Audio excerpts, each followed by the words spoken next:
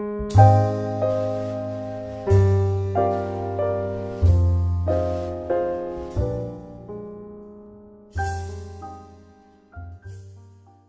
right, everyone, we're going to get started now.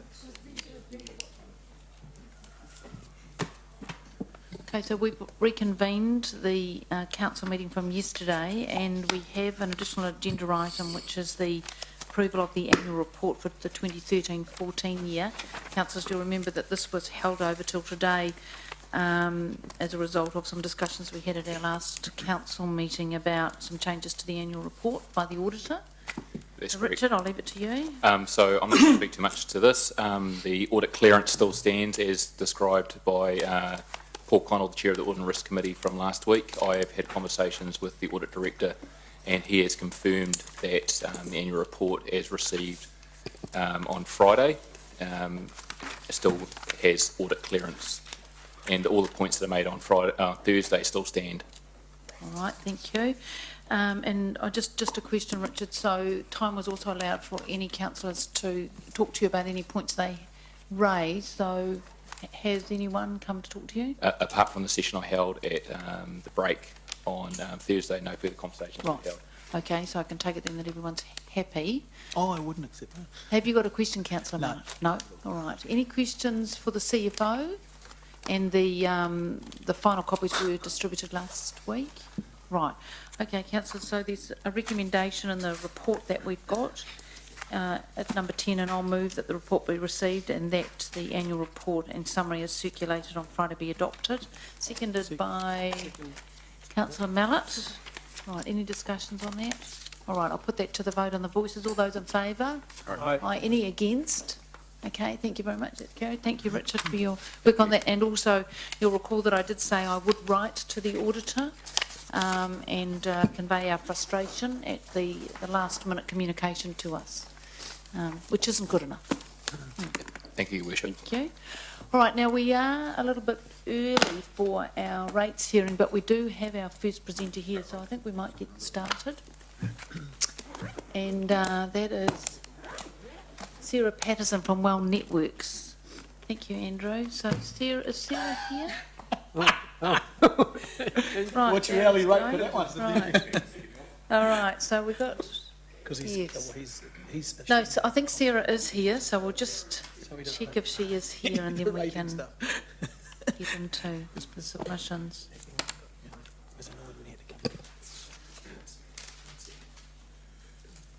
Sarah. Well, if I knew if I was 5 minutes late, you would have kept the meeting going. Yes, we dealt with the first item, Councillor McPherson, already, so... Yeah, so we do have our first speaker, I think, is somewhere around. No? Perhaps not. It's just been unbolded, so we might need to have a break. We're just checking. She may not be here yet. No, I can't locate Right. Sarah from Well. All right, so what we might do then is we're just going to adjourn until 1:30, councillors, because that's when we're scheduled to start the hearings. And so if you just want to make sure you're close by, because if they start arriving, we'll start earlier than 1:30. All right, thank you.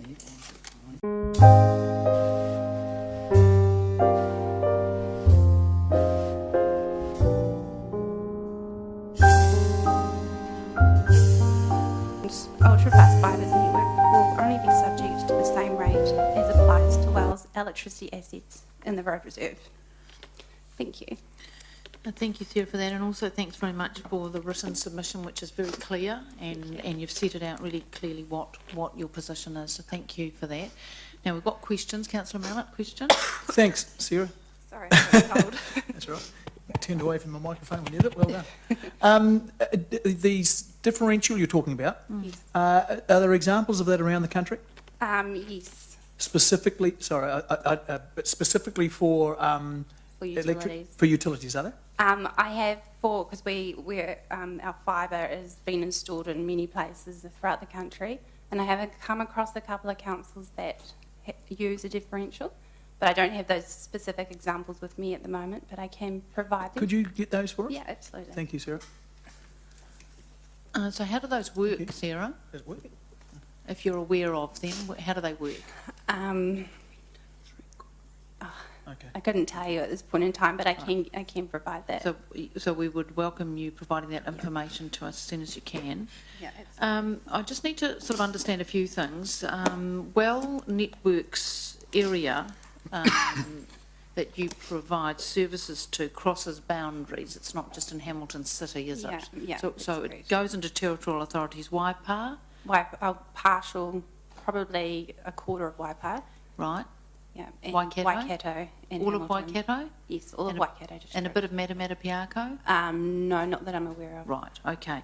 So those two other councils have capital value rating? Yes. Right. So how do you deal with, I guess, the issues that you've raised in your submission in relation to capital value with those councils if these are matters that are so serious that they could impact on the way you operate? How do you deal with them in those councils? We would deal with, they're both capital value, and we do pass on costs like I've outlined in my submission.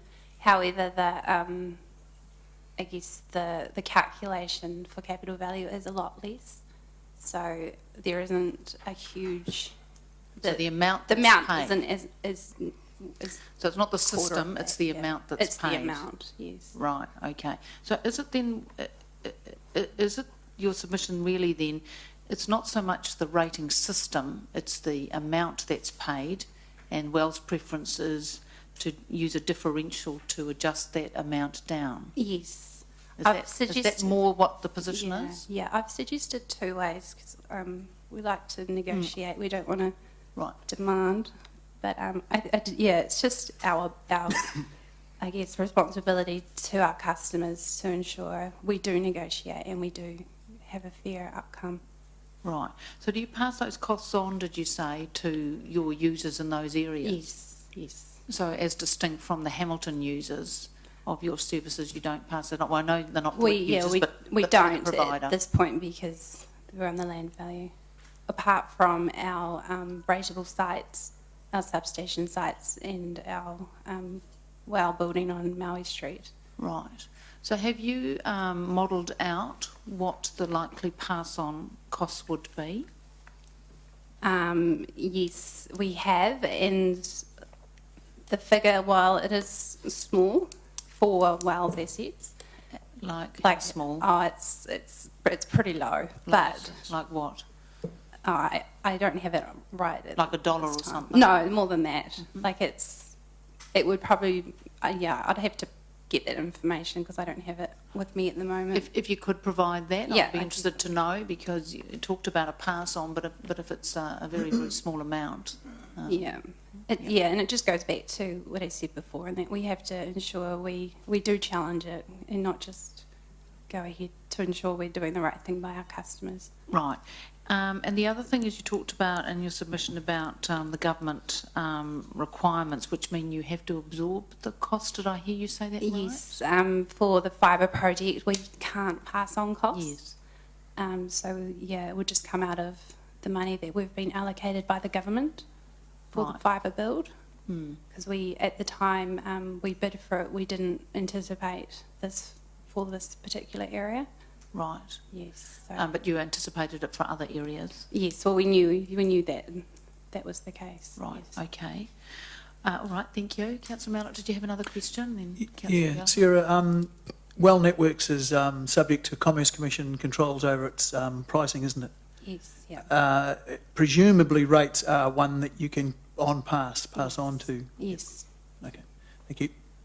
Councillor Gallagher, did you have a question? I mean, obviously, when we come to the final consideration, more a note for our staff, given that the majority of metropolitan authorities Yes, have capital value, they obviously, do. we will certainly be flagging that we'd want to have a look at what practices, and Auckland would be an obvious example. I don't know if you wanted to make comment, because I realise I'm not quite, forgive me, apart from this area, I'm not sure where you have your lines business, but apart from the Greater Hamilton area. So it's probably unfair to ask you what your other companies do in this situation. Right, so what you're talking about is, do you know what other lines companies Yeah. do in relation to Yeah, I mean- this issue of capital value rating, given that all metropolitan cities across New Zealand have capital value rating? Do you mean Well, given that the majority of lines companies, certainly operating in most urban and metropolitan areas, would now be in an environment with the local authority rates on capital value. So I don't know whether, I mean, obviously, clearly you've done some analysis of what I'm really looking at is there may be some ideal formulas from your point of Yeah, view and I where think we it goes could back to the and that's- question, we'll do that. the question before about providing examples of differentials used in other councils. Right, thank you, that's fine, if that can be done. Yeah, absolutely. Right. Are there any other questions anyone has? No? Look, thanks very much, Sarah, for your submission. And if you could get that information we've asked for, because I think it is very, very important information, if you could get that to us as soon as possible. Okay, I will do, thank you. Great. All right, thanks very much. Do we have the next presenter? Yeah. I don't know that we do. No? It's tiny, isn't it? Yes, it is. All right, 2 so o'clock. we're still waiting for the next presenter, so we're standing down, we're adjourned until the next presenter arrives.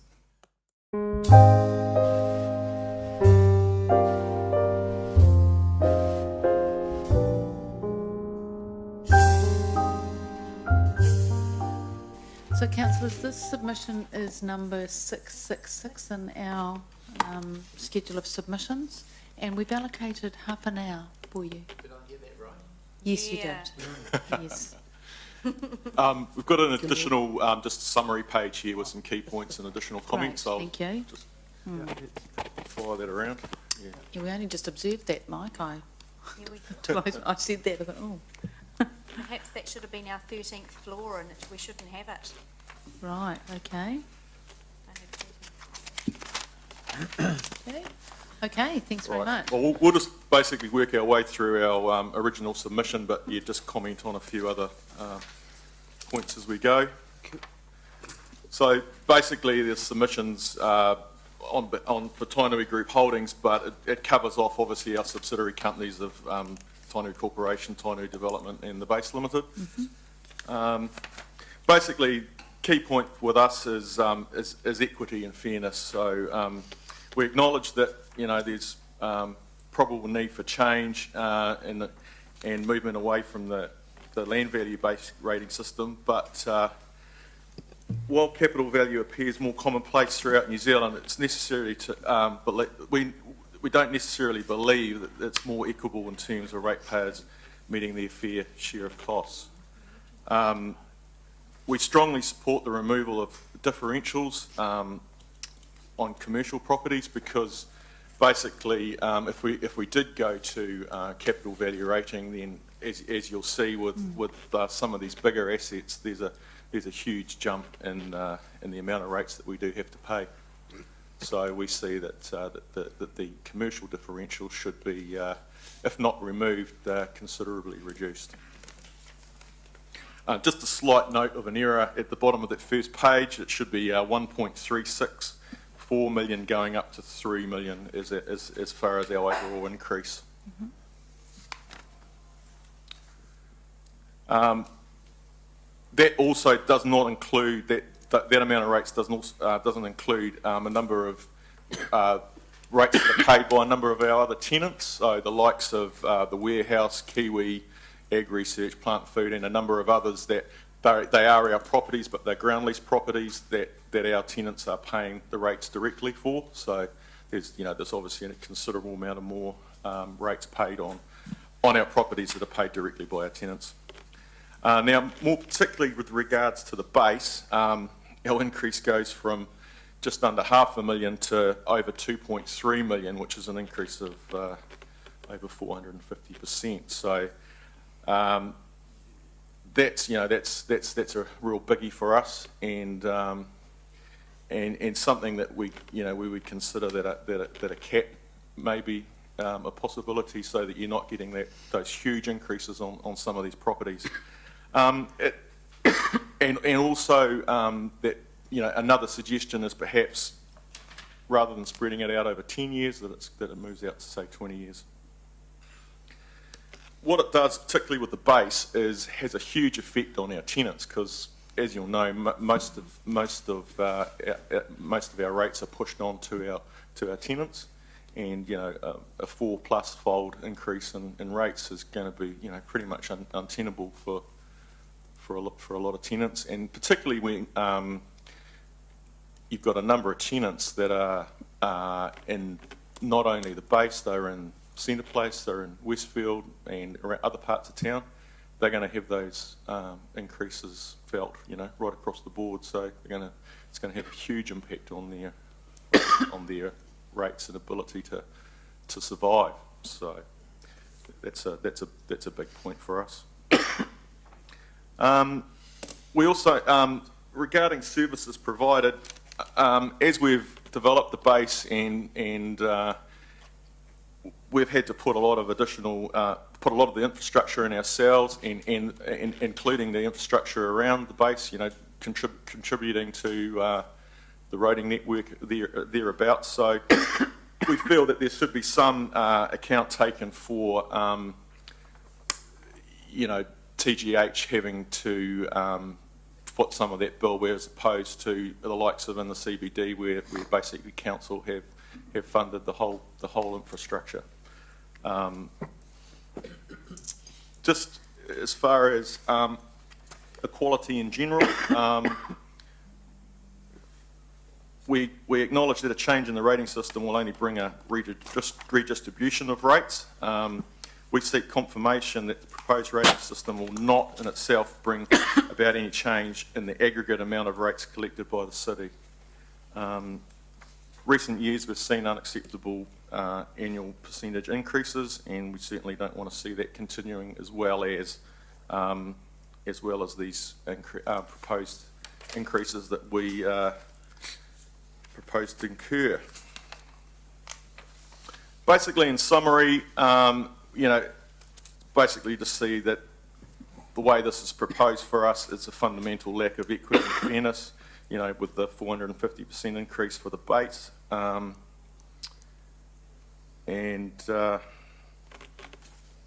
and you know, it just re-emphasising again that, you know, there's the possibility that we push this out to 20 years as an option.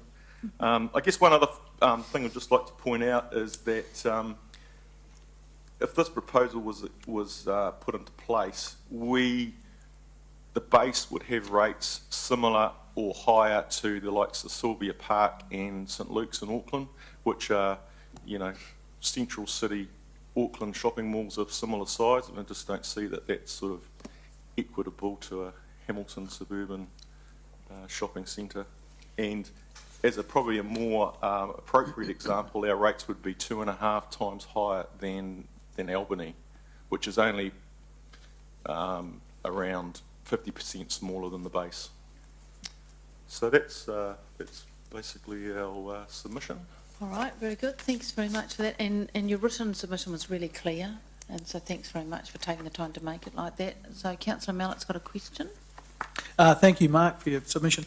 Early on, you talked about rates. Somewhere you said they should be fair. How do you see fair? You talk. Sorry, it's in your submission somewhere. I see it.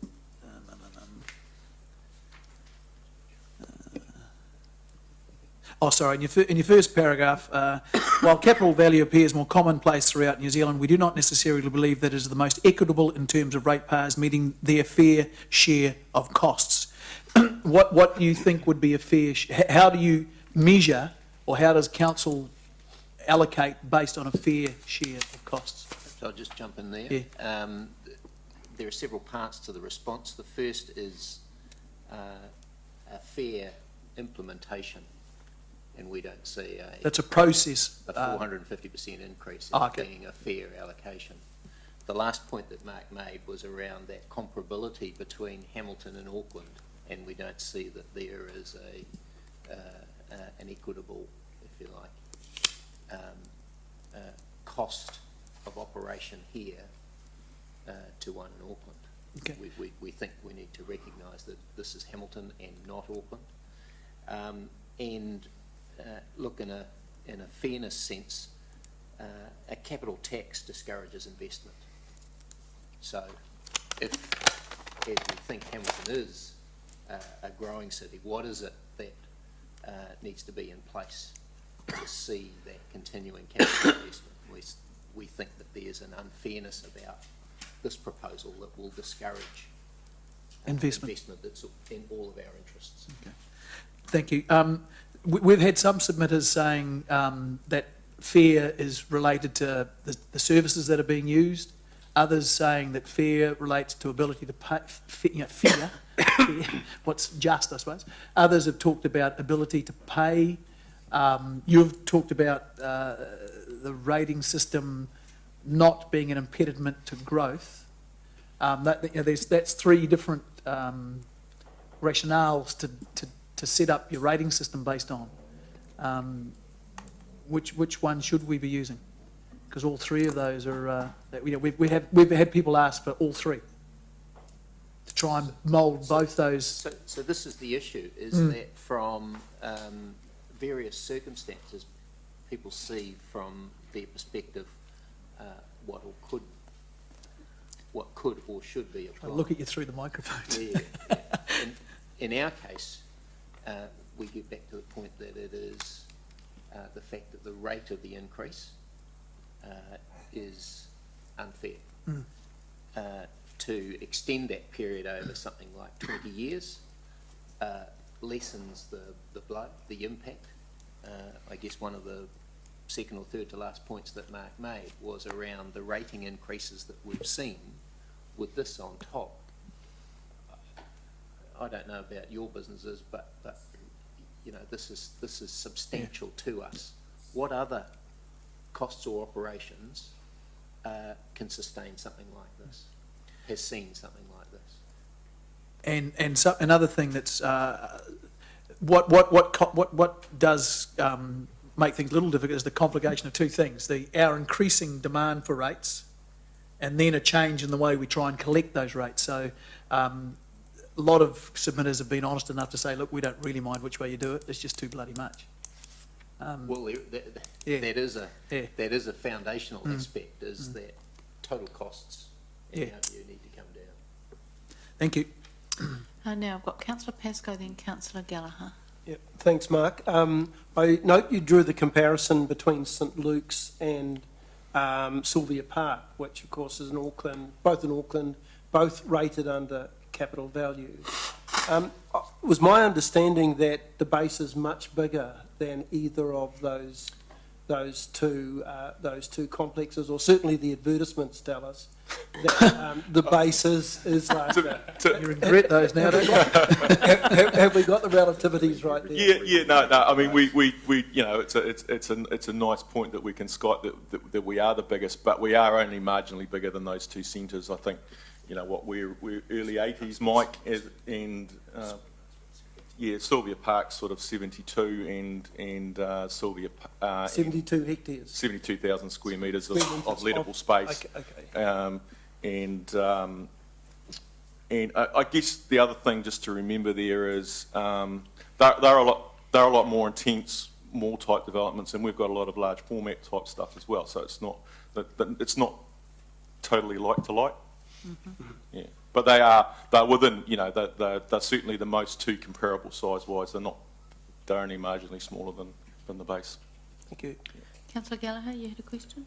Just on page 3, you talk about, just if I can get the quote here, but basically your TGH acknowledges the probable need for change and movement away from a land value based rating system. Putting aside the specific model, can you expand on that? So we recognise that the rating system is a redistribution, a reallocation of costs to ratepayers. So our point is that, or 2 points really. One is that there are other local authorities in New Zealand that choose to use capital basis, and there was a lot of work that went into that. That doesn't necessarily mean that Hamilton should proceed with that as a template in which it recovers. There are some, that's the first point. The second is that even if it is a capital rating system, there are mechanisms within it that need to be recognised. Our proposal is that differentials, for example, should be removed or substantially reduced. Our suggestion is that through an implementation period of something like 20 years, that smooths the effect of moving away from a land base to some other probable capital base. And forgive me, because I'm not quite sure your interests, say, outside the Waikato. I mean, obviously, I know you own the excellent, the hotel at the airport, Auckland Airport. And I'm not sure how that model in terms of, but in South Auckland, I mean, I don't know if you've got any commentary, because obviously Auckland's a capital-based, rating system. And if there's any sort of models there, you talk about, obviously, hotels, you talk about your shopping mall, shopping, you talk about St Luke's and Sylvia Park. If you've got any observation, whereas, say, Auckland, which obviously, as I understand it, you have increasing interest in. So what's your question? Well, the interest in, you operate, parts of your business do operate in a capital value environment. Mm-hmm. And I guess the question I have is there any observations about that capital value environment that we could take on board in terms of this particular proposal? Because, obviously you do have interests elsewhere, given the fact that Auckland, for example, is capital value, as is the majority of New Zealand. Yeah, I mean, we haven't got a huge amount outside of the Waikato. The hotel is a good example, and I mean, we don't really have the specifics on that because it's run as a separate entity and a separate company. So yeah, nothing specific. But just, I guess, a point to note as well, some research that we've had done, and I think it started when we sat around this table 3 years ago when we went through this process last time, was that there is also a trend in the other centres showing that the CBD shopping centres and the CBD are paying a higher proportion than the suburban centres, and that coming back to, again, to the services provided in the infrastructure, and just like to emphasise that point as well. Sure, in terms of what you provide as against council. Oh, not only what we provide, but just in general. Again, just use, say, Westfield for an example. We don't see that they should be paying the same proportion of rates at Chartwell as they should be paying in the CBD. Just the other thing, and I just want to clarify, you say you strongly support a significant cut in costs incurred by the HCC. Is that really what you're talking about? That other sort of, you're talking about the 3.8%, which we're doing to balance the budget. Just clarify that. That's the last point we're making at the end of Councillor Mallett's question was... Yeah. So you're not reflecting on the kind of services we provide, it's just the total picture. Yeah. Okay, thank you. Right, are there any other questions? No? I've had my questions answered, so thanks very much. How I see it is, you understand that capital value rating system is the most common across New Zealand, but your issue seems to be really timing of implementation. Have I got that right? And total rates and Yep. what we've seen in the recent past Yep. is increases that are way Yep. beyond what Too we're high. able to pass on. Yeah.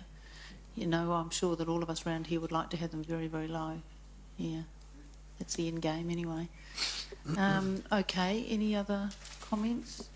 No. Hey, look, thanks very much for coming along and speaking to it and for answering our questions. It's been really helpful. Thanks, Mark. Mike, Tami, thank you. Tony Bigby's next, representing the Waikato Property Investors Association. Thank you. And that's 615, thanks. Welcome along, Tony. Hi. Thank you, Your Worship and the councillors, for hearing our thoughts.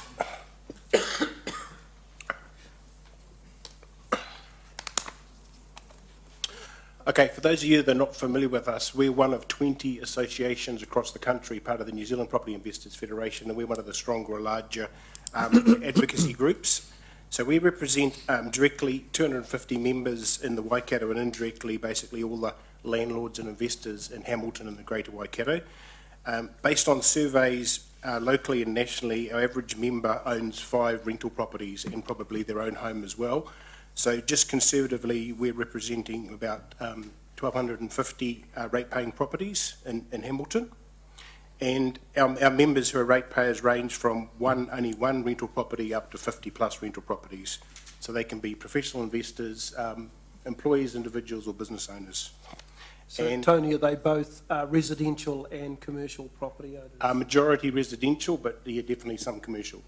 Okay. And we do regular surveys, and so we surveyed our members on this particular topic, and over 60% supported the change to capital value rating system. So firstly, as reiterated before, we're happy that the annual increase is not increasing and the pie is not increasing, and we're comfortable with the split at the moment.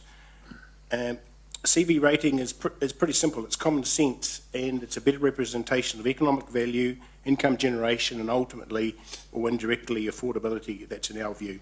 So example is, at the moment, you look at land value on a high-value residential property and, say, a apartment or high-yield unit in the city. Based on land value rating, they've got a pretty low loading. But if you actually look at what the affordability of the residents and the income earned, capital value definitely reflects a better reflection of that economic value. And CV will cover everybody, as the council has noted, utilities and everybody, and it's simpler for most people to understand. And the reduction in rating categories to 4, we're very keen on, because better if we simplify things for our investors.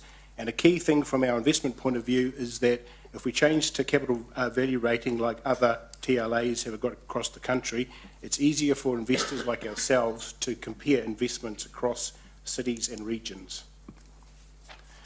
And just a couple of general comments. Yes, commercials and business will obviously be affected, and some of our members have got commercial, as reminded there. But other towns and centres have CV rating, and all of the businesses and all of the commercial hasn't disappeared because of that system being in place. And it's going to be over time. The transition, like our Tainui colleagues were talking about, is over time. So nobody can pass on to their tenants or their lessees any impacts directly anyway. An example of recent changes in insurance post-Christchurch, everybody's had to absorb and accept those changes and either change their business model or accepted a smaller margin and gone on with it. And also, back 3 years ago, I was sitting here with Nancy Kager submitting on the previous review of this, and the vocal minority seemed to win. There will always be in our opinion, there will always be a vocal minority, and pretty soon time and acceptance passes of change. So accept the quality of the submissions, and please remember the non-vocal majority that are not here submitting, who either don't care or are happy to accept the change. And another suggestion, just an administration thing, some of us who have properties in other cities, we only get one rate bill. It has the TLA and the regional council. So just a simple thing, I don't know if that can be looked at. And the other thing is, we're comfortable in a residential sense if the pain happened quicker, but obviously some other people aren't. So 10 years sounds like a long time from our point of view to transition. So we're comfortable either way. Thank you, and any questions? Okay, thank you. Tony, questions? I've got some questions for you. We have heard yesterday and again today that a move to capital value rating would be disincentive for investment in the city. Do you have a view about that? It might be in terms of commercial or the CBD, but in terms of residential, it's actually the gross cost of any particular property. So it doesn't matter whether it's actually assessed on land value or capital value. People look at the cost of owning a property in terms of investment, insurance, R&M and rates. Mm-hmm. Okay. So I disagree with that point of view. All right, thank you. Any other questions here, Martin? Yeah, I mean, I'm interested, like if you owned a multi, dwelling, rental, flats, apartments, land value would be cheaper, and yet you're still saying the majority of your members would favour this system as a better... myself personally will be paying more, and I suspect Jeremy will be paying more as well, and some of our members will be paying more. But we can actually see the bigger picture, that this is better for the city and for going forward. And there will always be some people that there's a negative financial consequence and some there's a positive. So we're accepting that and looking at the big picture. And I mean, I don't know what relations you have with your other, you know, I mean, your other colleagues around New Zealand, because the majority now is capital value in New Zealand. Do you have any observations or? I've had no feedback from any of our colleagues, actually. Yeah. Well, only the obvious one, rates are always going up. Got that. Everyone's telling us that. They're using this as an opportunity to tell us that. And we are listening, of course, yes. Tony, just a question I'm asking a lot of submitters. On what basis do you think rates should be set? And I'm not talking land versus capital, but should it be based on the services provided to a property, the ability to pay? We've had people talking about whether that rates should be used as a method of incentivising, decentivising investment. The tool of rating, I mean, we decide we're going to collect $130, $140 million a year in rates. We then decide how we're going to collect it, and that's based on land or capital, or called annual rental, but basically it's land versus capital. What are the things council should bear in mind when it makes that decision, land versus capital? Well, we haven't surveyed our members directly on that question, but I'll speak from my point of view. The more user pay you can strip out of the system, the better. So water, rubbish, anything else where you can actually levy people for what they actually use, that's a far better system for, I think, residential homeowners and investors in general. Because especially water, we can pass on to our tenants once it's metered. So the logical inference from that is, and to the extent you can't meter for something, you haven't got tolls on roads and we're not charging for books off the library, then, would you like that? Dave person wants tolls on roads. To the extent you can't or it's physically impossible. No, legally we can't. Yeah. But to the extent you can't do it, or the council doesn't have the will to do it, we're then left with the land versus capital. Are you saying that you think capital or land more closely approximates the service that a property drives? Capital. Yeah. Thank you. Okay, thank you. Right, any other questions? No? Look, Tony, thanks very much. Jeremy, thank you very much for coming along and speaking to your submission. Very helpful. Very good, thank you. So, councillors, now it's... Smoko. Yes, it's an early afternoon tea. They are endeavouring to get hold of submitters because we've had so few submitters, well, in the written form and also wanting to speak. They're just trying to manage to bring some of them up a bit earlier. So they're working on that now. So we're going to break for afternoon tea, and we are actually, the next round of submitters are not really due until 3:15, but if we stay close, we might be able to get going a bit earlier. All right, we'll let you know. Can we get hold of Peter Dolph? Right, so sorry people in the public, media, but it's going to be a bit of an up and down day, I think, as we wait for people to come. Well, we could.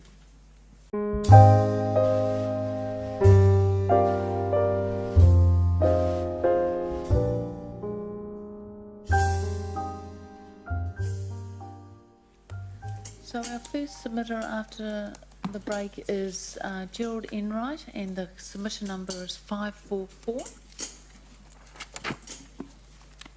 You, Gerald? Hello, come on up. There's a seat there for you to sit on. All right, very good. So, Gerald, we've got your written submission here that we will have read. So, Yes. So you've got 5 minutes to talk to us about that submission, okay? And there might be time, if you leave time, there might be some questions for you too. Very good. Okay.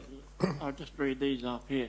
As the council is not making anything out of this, why waste all this time and money doing it now? The council's supposed to be short of money, and this, no doubt, is costing quite a bit. So it's another case of the council wasting money when there seems to be no push from the residential ratepayers to do it. There seems to be no a push from the ratepayers to have this altered. So if the CDB is a problem, then change the industrial and the commercial rates, but leave the residential as it is. Now, I don't know whether you're legally able to do that sort of thing, but if the residential ratepayers are not pushing to have this done, why do it and penalise certain areas of the town by increasing their rates rather dramatically, including mine? Council's responsibility is to provide the service to the gate. Sections value roughly the same in our street, but houses may differ, but we all get the same services. So in my particular street, there's a variety of houses, but you'll find that the land values are approximately all the same. So it doesn't matter really what house is on the section, but we're all paying the same for the services to the gate. And that's, in my opinion, is how it should be, rather than saying, well, because you've got a $2 million house on a section that you're going to pay a whole lot of extra rates when there might be only 2 people living in it. And the fourth one is, we live in a democracy, so the ratepayers elect the councillors to carry out our wishes, and if the council wants to bring such a huge change in this against the residential ratepayers' wishes, there must be a referendum held like you did for the fluoride people. So if there's no push for it from the residential people, surely we should have a say. As I say, we live in a democracy, and you've had referendums for lesser things than this, because this is a huge change in the whole thing. Mm-hmm. So that's where we stand. All right. Okay, thank you very much. So I'll just see if there's any questions for you, Gerald. People have been reading what you've written. It's very clear. Yes. So that's very helpful for us as well. Are there any questions? No? Yep. Gerald, on what basis do you make your assertion that we all use the same amount of services? There are lots of people who do or don't use the buses, lots of people who do or don't use the library. I would suggest perhaps there's quite a divergence in how much different properties use of a particular service, but you think it's quite similar? Well, taking on our street, that the most of the people are of age. There's 7 houses with people retired, and there's about 3 houses with people living on their own. And you're talking about my rates are going to go up supposedly by $500 at the end of 10 years, but that's a very wild guess.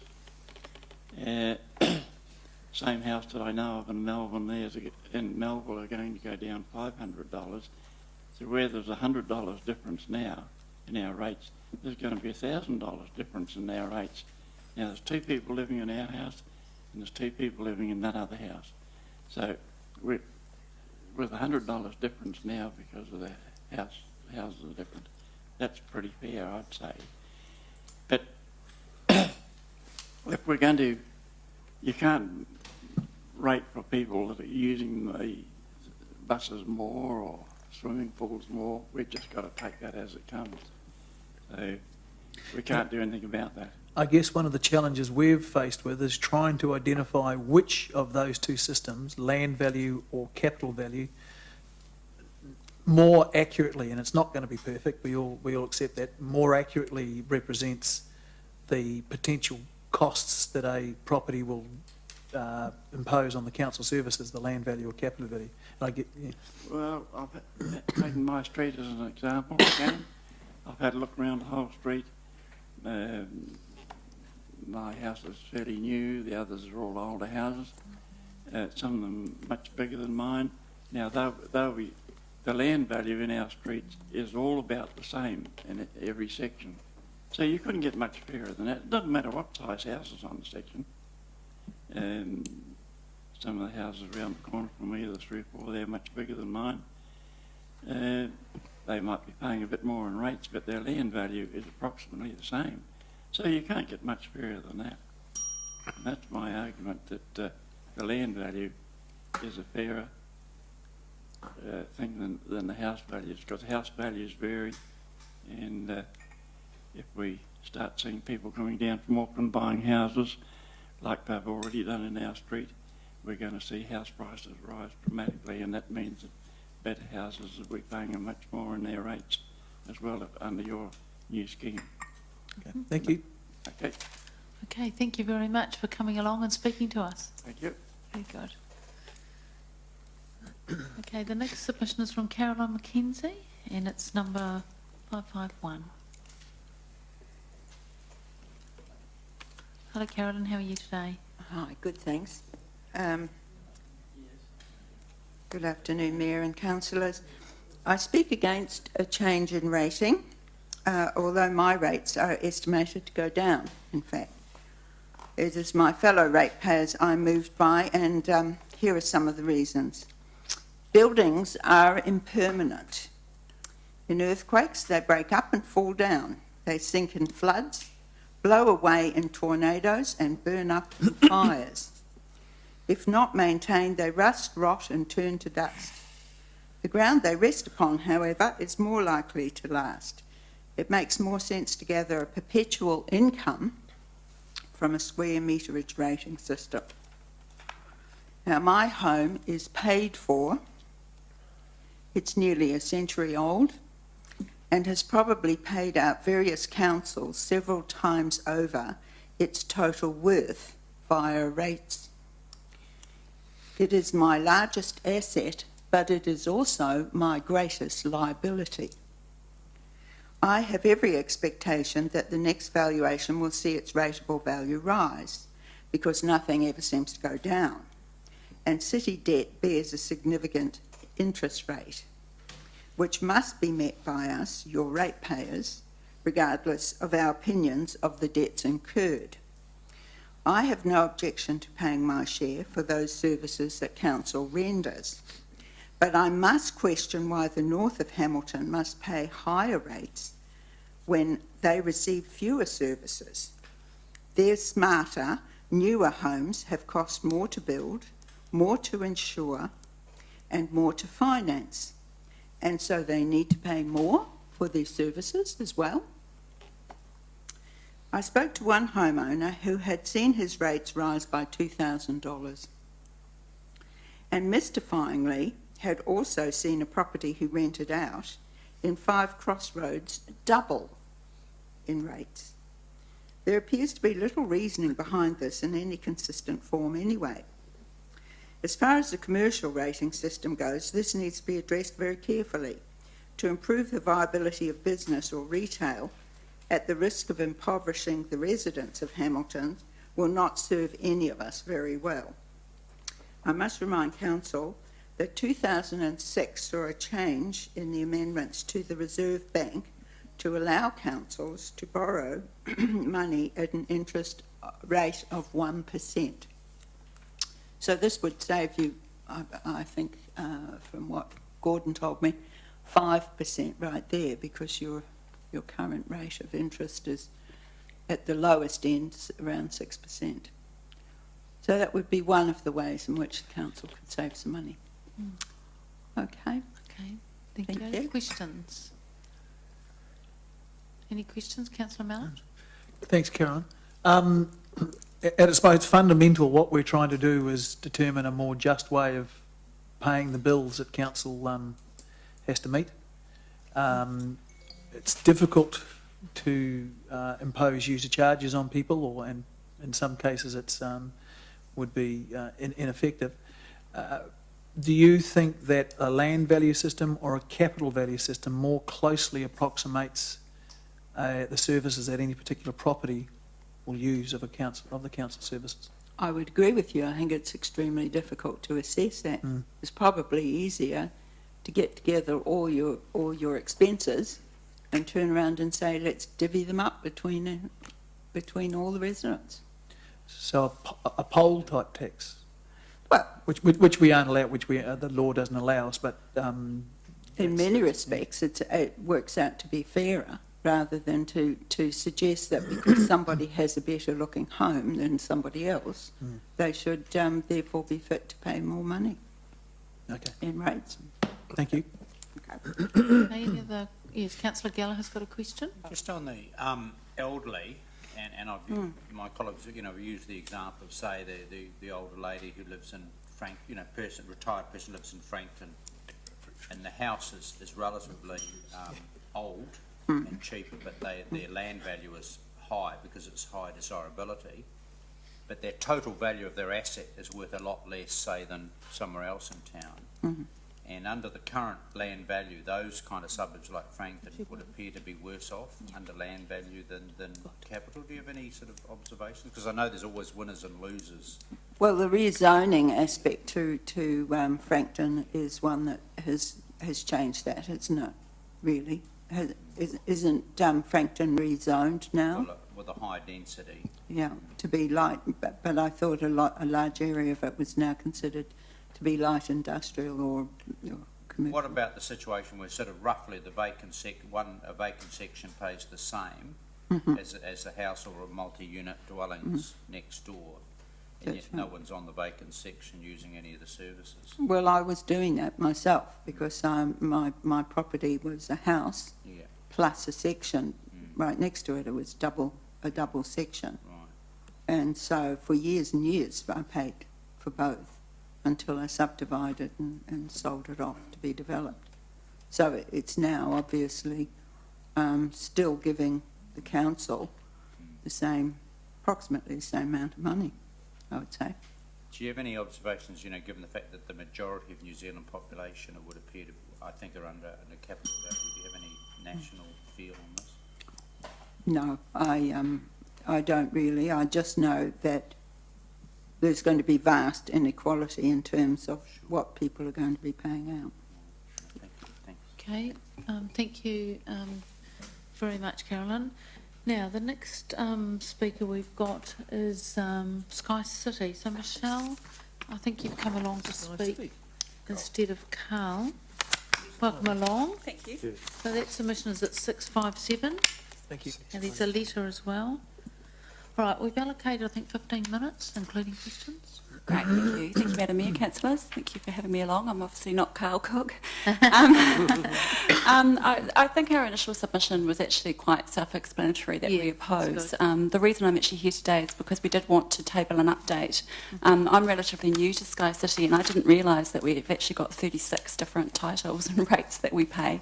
And the example we used in the initial submission, which was our biggest impact of over 100,000 and a 304% increase, isn't the only one. We've actually got 36. Out of those, 15 go up and 21 would go down, but the increases are significantly bigger than the decreases. And the actual total cost to us, rather than just being over 100,000, would be over $240,000 per annum, which we just think is too much. As noted, we are opposing, we think it's disproportionate, the increase. We think it actually is a deterrent to investment, which is a concern for us, I guess, being a central city business. We'd actually, and I know the council shares the same view, that we'd actually like to see the city centre being vibrant and return, you know, being somewhere that people actually want to go and want to invest in, and we see this as a deterrent to that.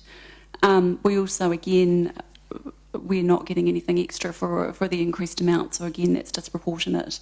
There's already going to be annual increases to rates anyway to cover that, so yeah, our main point is that we oppose, and I just wanted to table the updated amount here today. Okay, that's good, and we've got your written submission, which is really clear. So do we have some questions for Michelle? I just wanted to check the 240,000 in your letter, that's at the end of the 10-year. Yes, that's right. Transition. That's right. Yes. If the council was to change, do you have any views on that 10-year period? If it was to change, we certainly would appreciate a 10-year period rather than it being next year, definitely. Right, okay. Yes, or longer would be appreciated. Okay, thank you.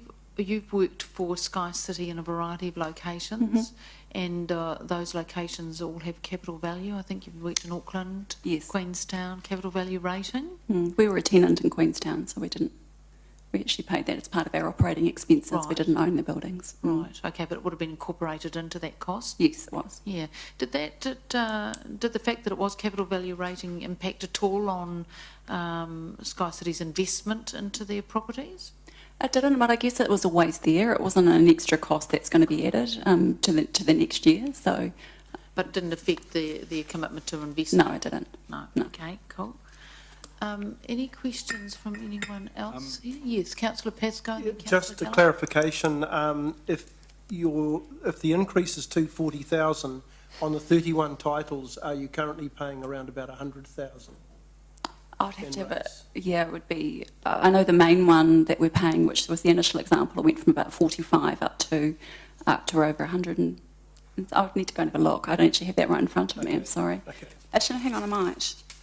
Oh, it's at 171 currently. 171,000 up to 415. Oh, up to four, I see, okay, thank you, up to 415, thank you. Oh, yep, okay.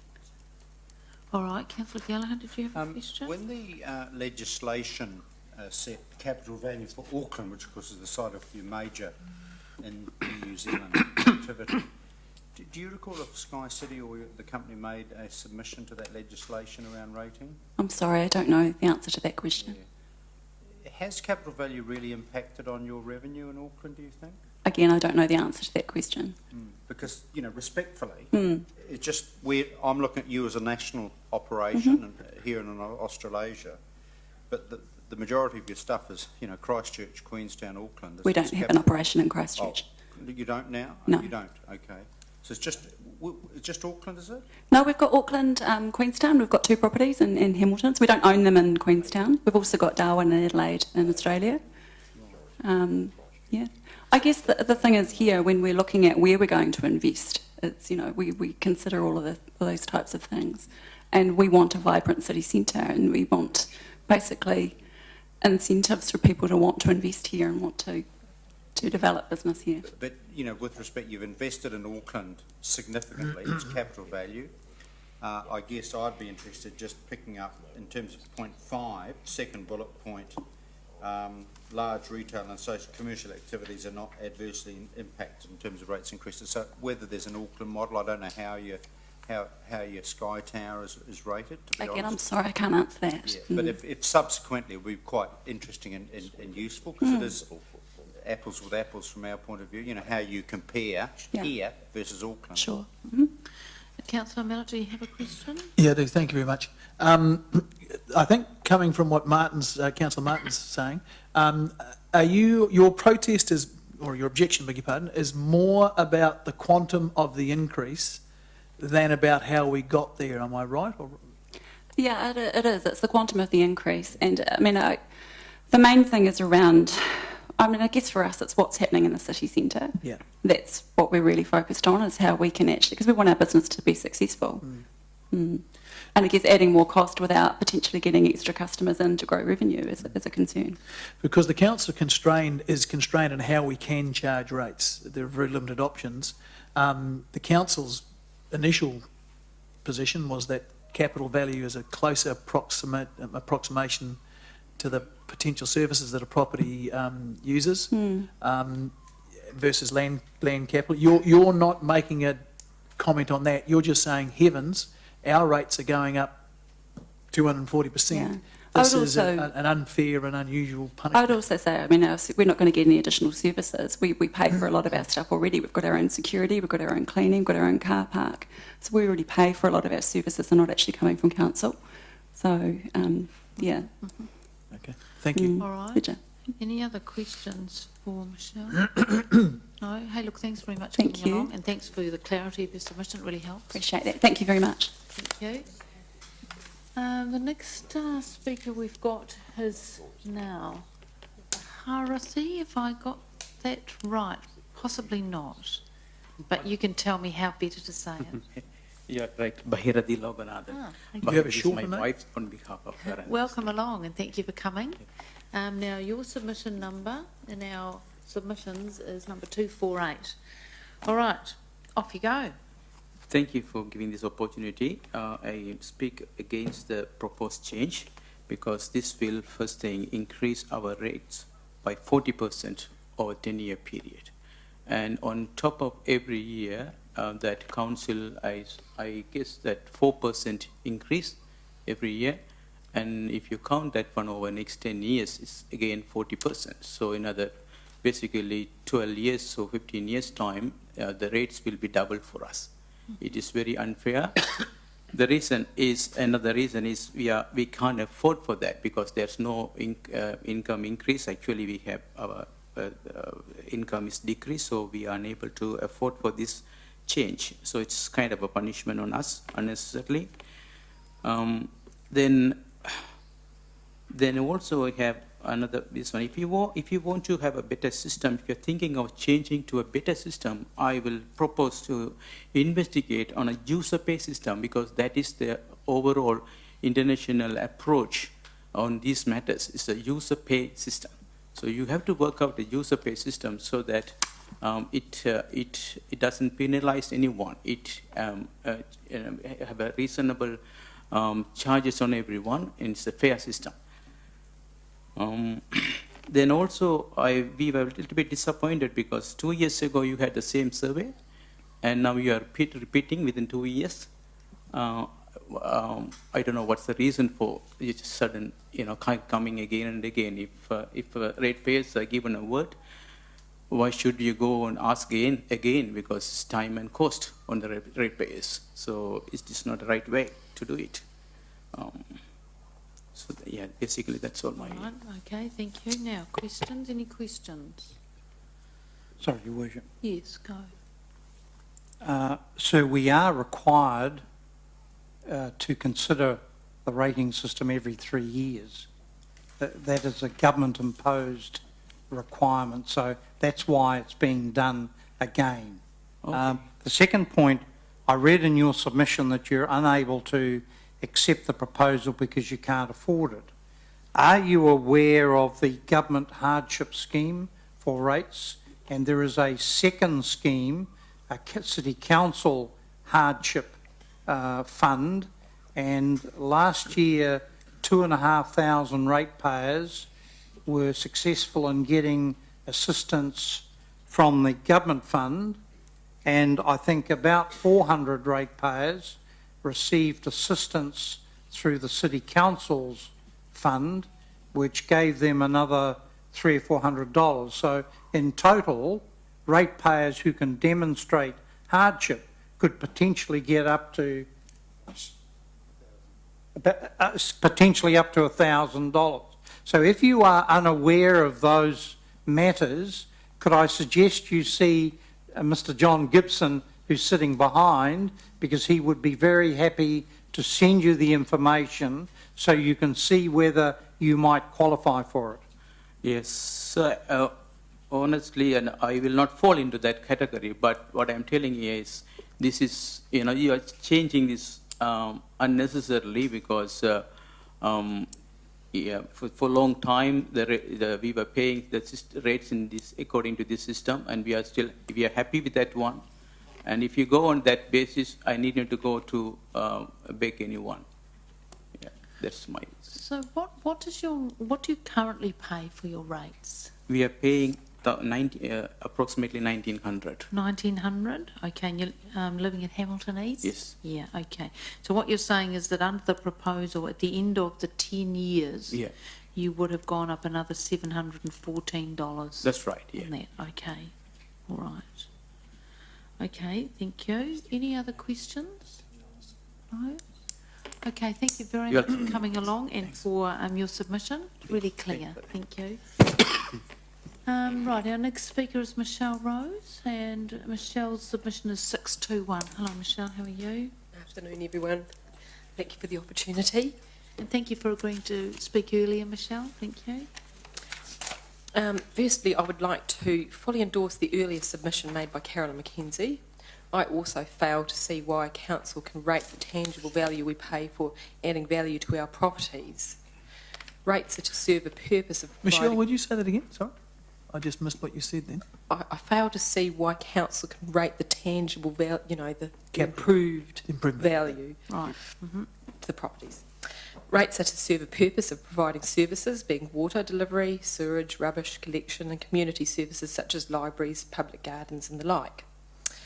Although our properties decrease with the proposed overall, I think council should leave rates based on land value, that is, the status quo for residential ratepayers.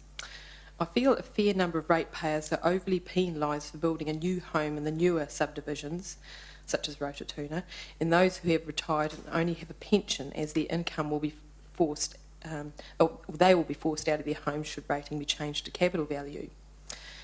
Having stood outside of supermarkets in the Rotorua area and talking to the public where many ratepayers will be affected with the capital value rating, I've estimated that 50% over the 3 days I was there were of retired age group, and I'm just wondering, have council got their demographics wrong on that? I do not want Hamilton to become a slum city, because where would the incentive be to upkeep your house property if it is judged on a capital value? Ratepayers overall are struggling to meet rate payments now, let alone the increases we face in the next 7 years. Council have the unrealistic views that the ratepayer can afford every increase they set for us. People are having to forfeit things like heating in their homes, insurance, etc., in order to pay rates. Do you consider your future ratepayers, many students with large debts? Can we afford to hold up current and future council bureaucracy? It does not matter about your so-called transition period, I feel. Council does not understand ratepayers really cannot afford to pay any more at present. Council's indebtedness is taking its toll on the ratepayer, therefore it must pay debt down sooner, I guess. Sell Claudelands Event Centre, the stadium, etc. It is not core business. We are throwing good money after bad. Defer the non-essential projects, Hamilton's new five new gardens, sleeping with the animals at the zoo. You are being nicely sidetracked. If the commercial rates need overhauling, then engage with the commercial sector. Also bear in mind under the Trans-Pacific Partnership Agreement, otherwise known as the TPPA, and if it is signed by government, that these overseas corporate chain stores may object to these increases in their rates and will have the ability to sue government, and ultimately we, the tax and ratepayer, could be made to pay billions in compensation for their losses. Council is potentially placing us at risk of losing all property rights, which I must say works in line with the Agenda 21 plan. Finally, I think the wise decision would be to stay with the status quo. Why manipulate something that is not broken?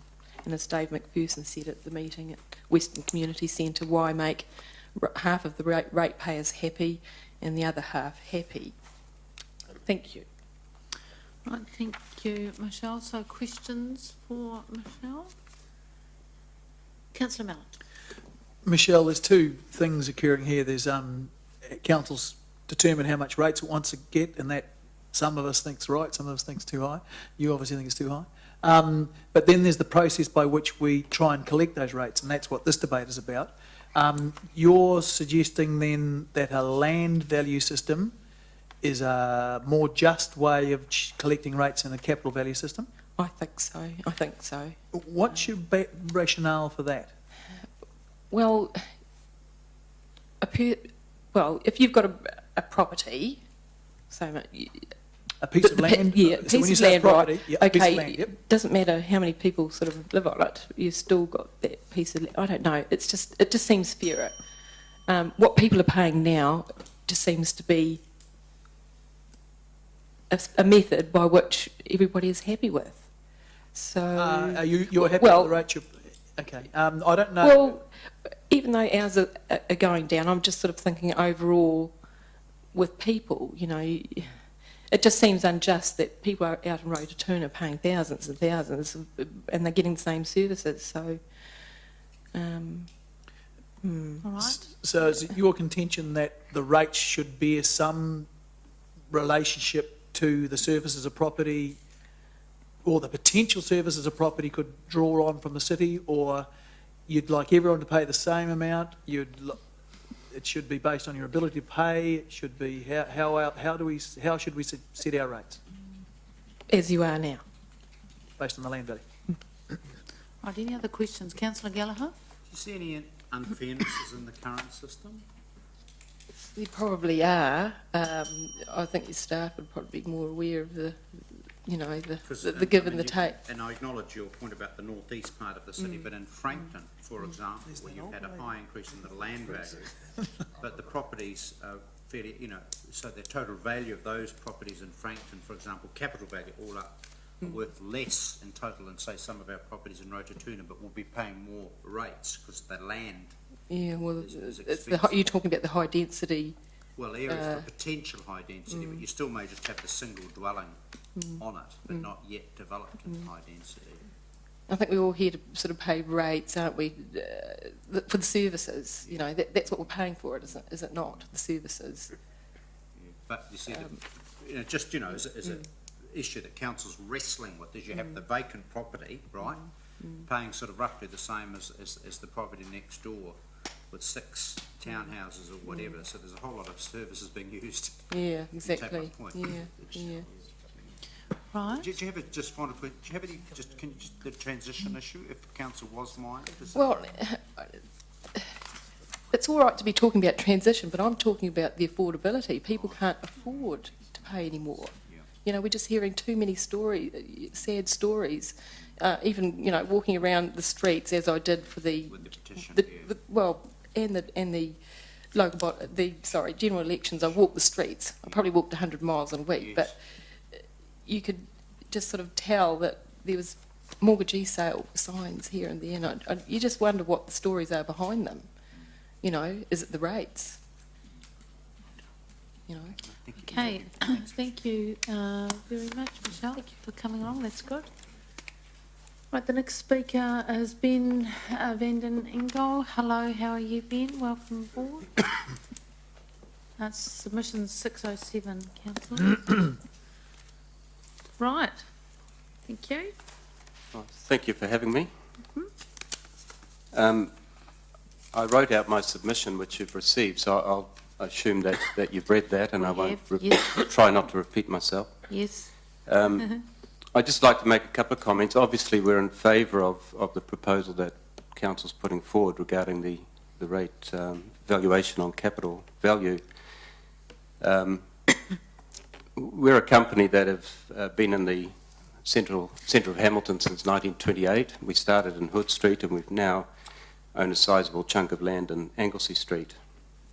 We run a motor vehicle dealership from there and hold various franchises. We believe that we offer a service to Hamilton. We have somewhere around 75 to 100 people per day coming into the dealership. A lot of those people come into the city and spend time in shops, cafes, etc. We have done surveys on our customers and found that many customers enjoy the convenience of a dealership being in the central city. Even the council themselves have their vehicles serviced with us. We recently made a decision to build a new dealership for Audi and Volkswagen, and again, once surveying our customers, we found that it was very desirable from them anyway that we stay close to the centre of the city. I speak in favour of the council's proposal because I believe that it would be more equitable.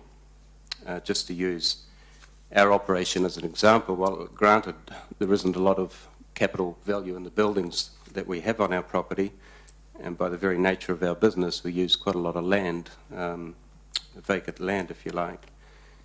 But the rates that we pay, or I pay as a single tenant and owner of my own property, is around $200,000 a year, just over. To put that into perspective, as I read in the paper this morning, the total Chartwell Square area is just over 300,000. And I don't know how many tenants Chartwell Square has, but I suggest there'd be quite a number. And if you look at the base, I believe it's so much bigger again than Chartwell Square, and it pays just over 400,000. So I guess my very simplistic view is that rates based on capital value is a much more equitable system than what we have currently. And I believe it's not unusual. If you look around some of the cities in New Zealand or the world, it seems to be more the norm.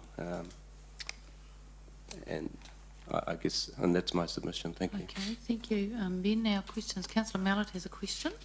Thank you, Ben. In your written submission, you say that general rates will increase by 5.7% annually.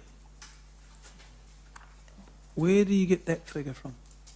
Sorry, it's in the written submission that, whilst I support a transition to capital value system, I believe in the 10-year period is that the 10-year period is too long as the benefits in terms of alignment with the demand on council services will be offset by general annual rate increases. Thus, for us over the 10-year period, we may not realise any reduction in actual cost if the general rates increased by 5.7% annually? Have you? Oh, sorry, yeah. The council's plan is to increase rates by 3.8%. I'm not trying to defend that. Okay.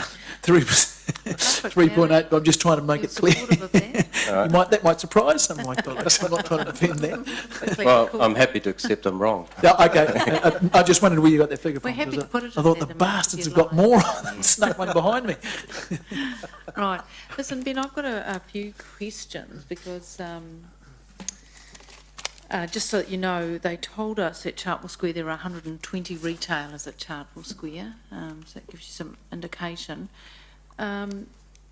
We have had some submitters say to us that to move to capital value rating would be a disincentive to invest, particularly invest in the CBD. Do you have a comment on that?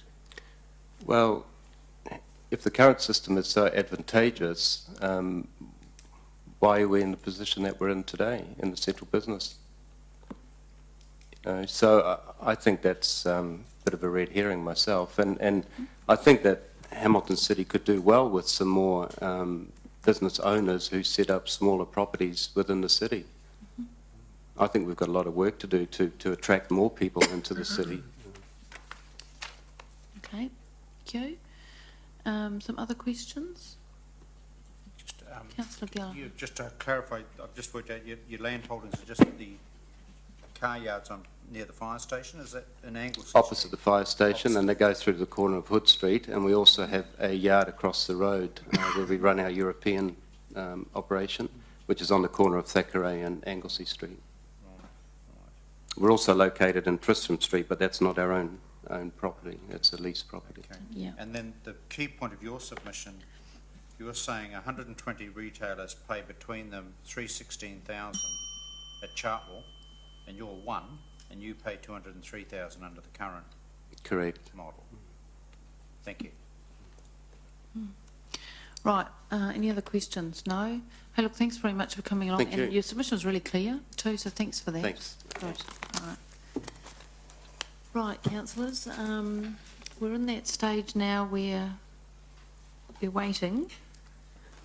We've burned out our for some more submitters, yes, so not sure how they're going. Oh, can I submit? No. Mine's not written.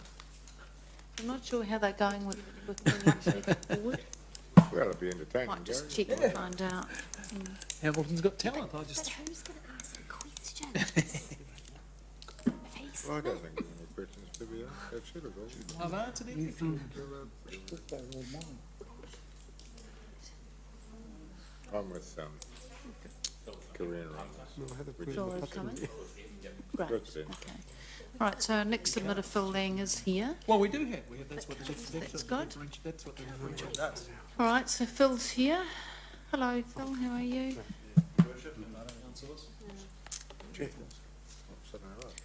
Right, so councillors, this is submission number 678. Thank you for coming a bit earlier. We much appreciate that. No, that it was achievable, though the people with me have been on the road, but it's fortunately it all worked out well. We have some materials that we'd like to circulate. Thank you. So, Phil, you're representing Southern Cross Hospital? No, they must be the next door have already been. Yes. But we've got Hamilton Home Zone Limited, Your Worship. 7, 8, that's all right, sorry. No, we're all- Yep. So is this the wrong number, is it? No, it's the right number, 678, Hamilton Home Zone. Because mine opened Not up on to mine, it Southern doesn't. Cross No, as well. you're right, every time we click on 678, it comes up someone else. So, 7 then. could we Oh, just get some... 677 it might be. Because that's the same person. 677? Right. They Yeah. might have popped them round the wrong way. So we've got both of them in the same.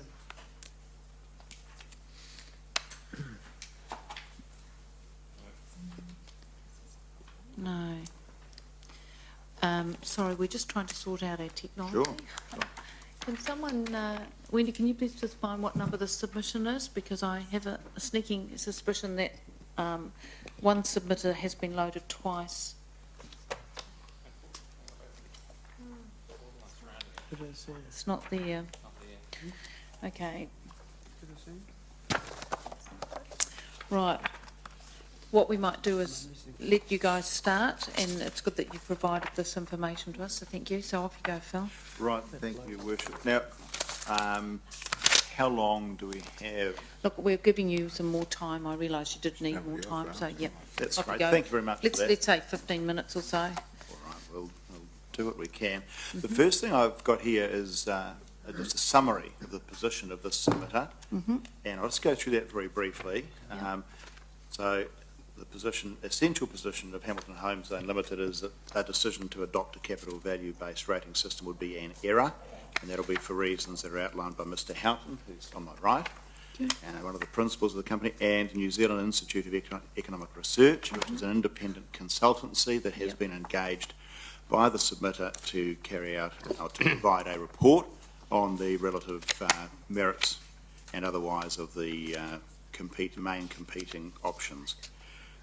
Secondly, the consultation process through hearings on these 2 days doesn't allow for full presentations to be made on the merits of the two systems, and the best that can be done is to outline in general terms the reasons why land value rating is a better long-term option.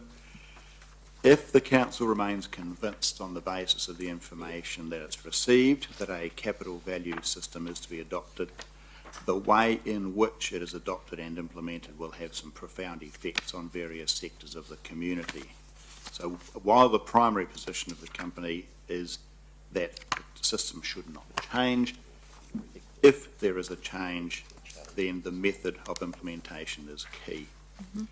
If the council wishes to make a decision in principle that it will move to a capital value system, the methodology for implementing that system and applying it to individual properties should be developed with the assistance of input from stakeholders who have direct interests in how that system operates, essentially the ratepayers. Without that assistance, the council runs a serious risk of missing vital information that should be taken into account in developing the implementation methods. And what Hamilton Home Zone advocates is that the council forms a stakeholder consensus building group to assist and guide the council in the implementation phase of any capital value rating system, if that is the chosen system. The specific effects that will be caused to various sectors of the community by different implementation measures can't be properly identified and balanced and decided on by the council without having such direct input from those individual stakeholders. Without involving the stakeholders in the implementation decisions, the council runs a serious risk of deterring investment in Hamilton.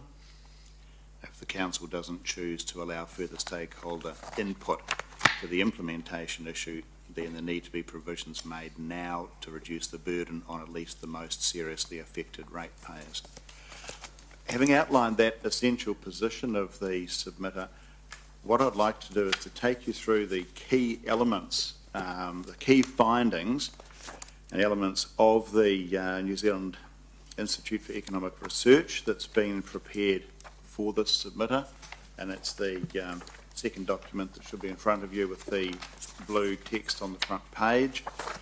And just turning to the first page of that, there is information about this consultant. It's a specialist consulting firm that uses applied economic research and analysis to provide a wide range of strategic advice, public and private sector, completely independent of the submitter. and engaged specifically to give independent expert testimony on the issues before the council. There are some statements there about the context for the report, and while it's acknowledged that it was under tight timeframes, it is, I would suggest to you, a good and balanced and well-researched piece of independent expert information. Phil, you're referring to this, aren't you? Is that right? Yes, that's the Thank you. one. Thank you. And rather than take you through those first few pages, we've got a series of key points that are on page, that's Roman numeral 2. And I'd just like to take you to some of those individual key point findings. And I'd like you to turn firstly to the second heading, the second section, saying that land-based taxation is very efficient and allocates resources effectively. First bullet point, the second sentence, there are strong reasons to favour a land-based tax on efficiency grounds. Lands in fixed supply, businesses find it extremely difficult to avoid the tax, has the least impact on the decisions businesses make to allocate resources across the economy, making the tax good for economic growth. But in contrast, capital tax discourages investment. And the information behind these statements are contained in the various sections of the report that I'll just come to briefly in a moment. The second point in here, the second section that I'll draw your attention to, is the next one about fairness. I mean, it may have been stated or assumed that a land-based taxation system is less fair, but the conclusions that have been drawn by this independent expert consultancy is that it is not clear that a land-based taxation system is any less fair. And those two bullet points, they relate more to residential than they do to commercial land, but they do draw conclusions that if individuals live on properties where land makes a higher fraction of the value of the property than elsewhere, they will pay more in taxation. And the New Zealand evidence suggests that land-based capitalisation is likely to be a progressive tax. Wealthier individuals that earn more pay relatively more under a land-based system than a capital-based system. That's focused largely on residential, but this system is about to change for not just commercial but residential. The other considerations listed in the next section, other considerations in favour of sticking with a land-based system, I'd draw your attention to the third and fourth bullet points in particular there. Retaining the same percentages of rates income from each sector is likely to further distort the incentives and lower the efficiency of taxation collection, and land taxes intensify land use, and that potentially penalises holders of undeveloped land and promotes a more compact city. Those are the essential findings of that independent consultancy, and rather than taking you through the context for local government tax regimes, I'd just like to take you briefly to some of the background information and findings that support those key determinations. And at Arabic numeral 3, we've got this heading number 2, the case for land-based taxation. And there are a series of statements that have been drawn from expert commentators and analysts. The first one there from a Nobel Prize-winning economist, Vickery. The property tax is, economically speaking, a combination of one of the worst taxes, the part that is assessed on real estate improvements, and one of the best taxes, the tax on land or site value. And then economist again, Milton Friedman, the least bad tax is the property tax on the unimproved value of land. And thirdly, from The Economist in 2013, taxing land and property is one of the most efficient and least distorting ways for governments to raise money. A pure land tax, one without regard to how land is used or what it is built on, is the best sort. And there are similar commentaries from the Taxation Working Group. Most members of the group support the introduction of a low-rate land tax as a means of funding tax rate reductions, improving the overall efficiency of the tax system. And the OECD's 2011 report that advocates a land-based tax would tend to be more efficient than a property tax because land is in fixed supply, It's relatively price inelastic, and therefore deadweight losses from taxing it are relatively low. So those are the factors and the commentaries from other experts that have assisted the writers of this report to come to the conclusions they have about the efficiency and effectiveness of land-based taxation. And then the second section that I drew to your attention out of the summary was about fairness, and to dispel the impression that councillors may have gained that a land-based taxation system is less fair. There are commentaries referred to in here in this section from some of the leading economists in New Zealand. The third to last paragraph on that page, Coleman and Grimes, two well-known and well-respected economists in New Zealand, find that that for the case of New Zealand, and this is talking about at a national level, the land-based tax is more likely to be progressive, and that means taxing people who can afford it more. There are some conclusions in there, I think it's the McCluskey one, that takes a look at it and concludes the land-based tax could be likely to be regressive, whereas other investigations advocate for land-based taxation, at least partly because it's likely to be progressive. So while there are some mixed commentaries on that, it's certainly not a case where anyone should make the assumption that a land-based taxation system is less fair. Those commentaries give very much a mixed view on it. And then looking to the theory and some empirical studies about the effectiveness of land-based taxation over capital taxation, there are a series of these set out in the table at page 6. And firstly, the theory, and I'll just draw your attention to the bullet points there, a vast improvement, second and third, a vast improvement in city finances would result from shifting from a property tax to a land value tax. This is from Vickery. A tax on land, properly assessed, independent... Excuse me, when he says property tax, he means capital-based, doesn't he? He contrasts property tax with land tax. Yes. He means capital value versus That's what I land understand tax. that to mean, yes. I hope it is. Oh, well, that's certainly the tenor Everything of crashes the down if that's not what it conversation, means, eh? but Yeah, okay. it's contrasting property tax, meaning capital tax, and land value tax, yes. Yep. And that a tax on land properly assessed, independent of use, is virtually free of distortionary effects and excess burden, while a tax on improvements imposes serious burdens on construction. Again, that theme of inhibiting development and improvement of land. And then a series of references to empirical studies about the relative merits of land-based and capital taxation.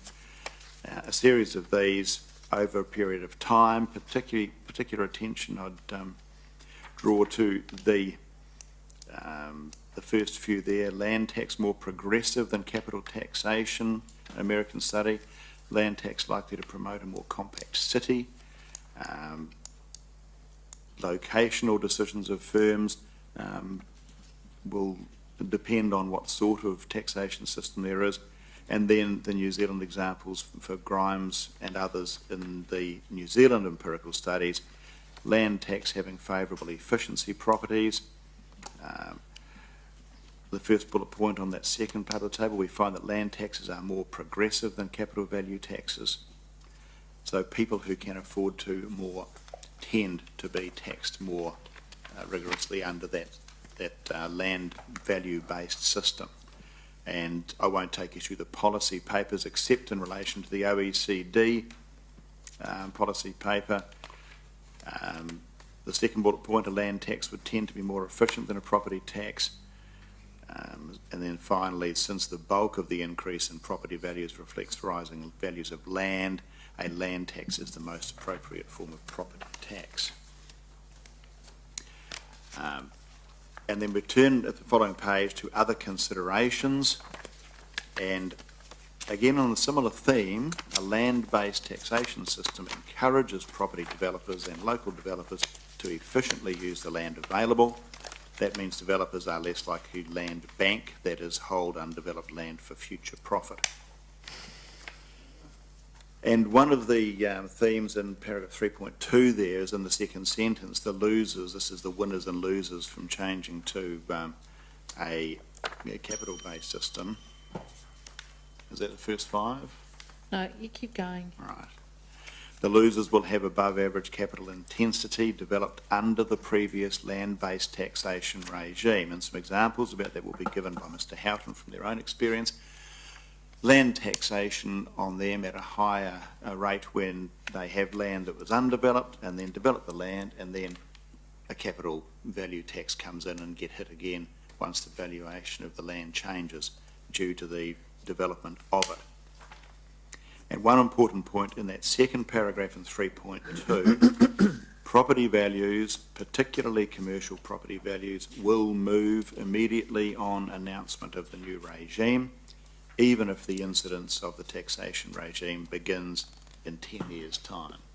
And that is an important factor for virtually anybody who's had some development and very likely leasing arrangements made under the land value-based system, develop the land, get the tenants in under that system, and then have property value decline immediately, regardless of the time over which the rates change occurs, and not be able to change the arrangements that have been made in reliance initially on the land-based system.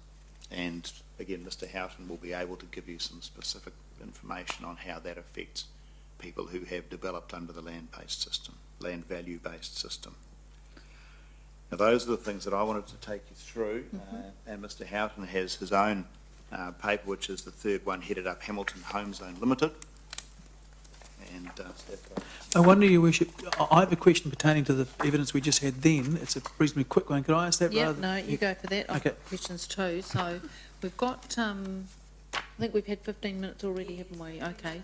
So why don't you ask your question, Gary, and then we'll hear from you. Thanks for that comprehensive stuff there. One thing, basically, the process I think we're going through is we've set the amount of money we want, and at its most fundamental basis is that we are trying to figure out how do we charge people for the services that the rates pay for, that the City Council pay for. In none of your evidence did you talk about that. None of it was about what system more accurately charges the property owner, whether land or capital value, the property owner for the services that property. You talked about incentives of investment, the ability to pay, lots of other things, development, carry on, but you never addressed what I think is probably the fundamental question we're grappling with. What's the most just way of getting people to pay for the services the city pays for? Well, my comment on that would be... Did I miss that, or was... Sorry. So I didn't miss that, eh? That was not in here, That wasn't directly addressed in that report, and it's not my field of expertise, but what I'd suggest is that those issues are addressed through the methodology by which you identify where you use targeted rates, for example, to cover specific services, how you go about differentials, the detail under each system. You can use the detailed methodology under either system to achieve fairness in terms of return through services on rates paid. But I don't know that I haven't seen any evidence, I don't know whether you've received any, to indicate that one system or the other will better match up services and the rates burden. But I'd suggest you can deal with that issue within the methodology for implementation once you've made the basic decision. I guess it's the word fairness is a bit of a hard one to define. I'm more concerned about the accuracy of that property is a greater cost for the city to maintain versus that property in terms of city services. And fairness is a different thing to lots of people. Accuracy just means that's the costs of that property versus the cost of that property, and then trying as closely as you can, understanding that both system, land or capital, are very, very inaccurate, but trying to get as accurate as we can with a very inaccurate tool. Now, understand that, and I'd suggest that you look very, very closely at the ways in which the details of implementation, other than the basic system, can be used to achieve that. And I'd suggest the fairest and most efficient and reliable system in general terms, according to the expert economic report, is to go for the land value system, but then you work on the implementation methodologies to get the accuracy of return on rates through services. All right. Now, you're going to give some additional information. Why don't you do that, and then we'll come back to questions, all right? Well, Saf, I'll move aside for you.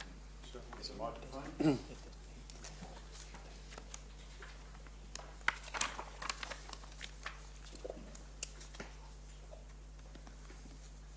Thank you, Mayor Hardacre and councillors, for the opportunity to be here today and present our views. I'll keep it as brief as possible. If we start on the first page of the Hamilton Home Zone document, I'll just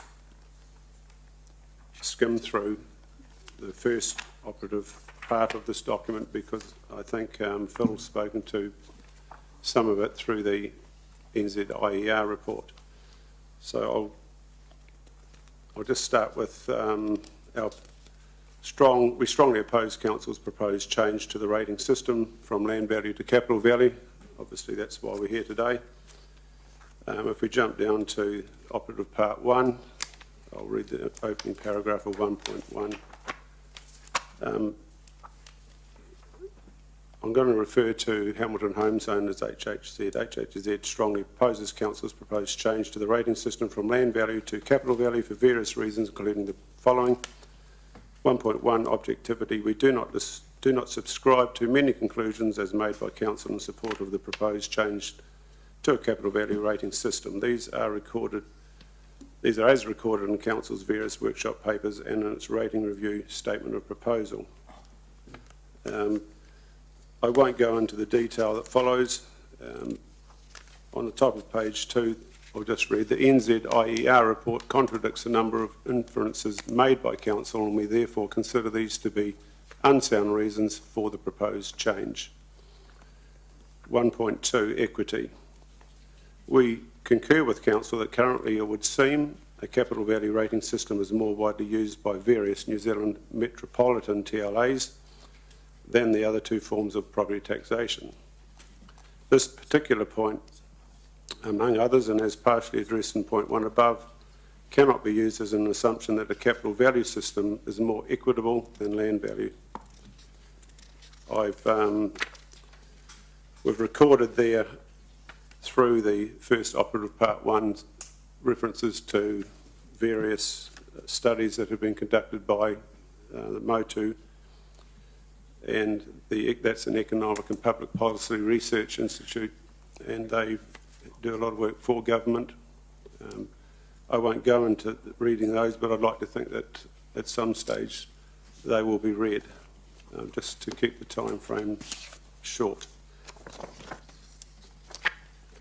If we skip over to the next page. Could you just give us page numbers when you go? So you're on page 3? I'm on page 3 now, yes. I'm reading the last sentence prior to 1.3.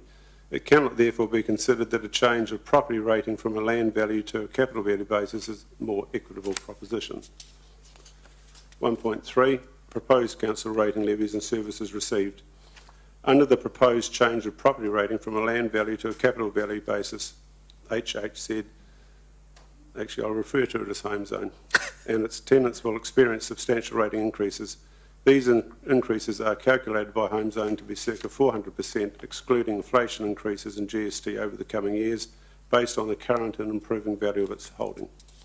We acknowledge that Council is advised that such a change in the rating system will not increase the overall aggregate rate take, rather redistribute the rating burden.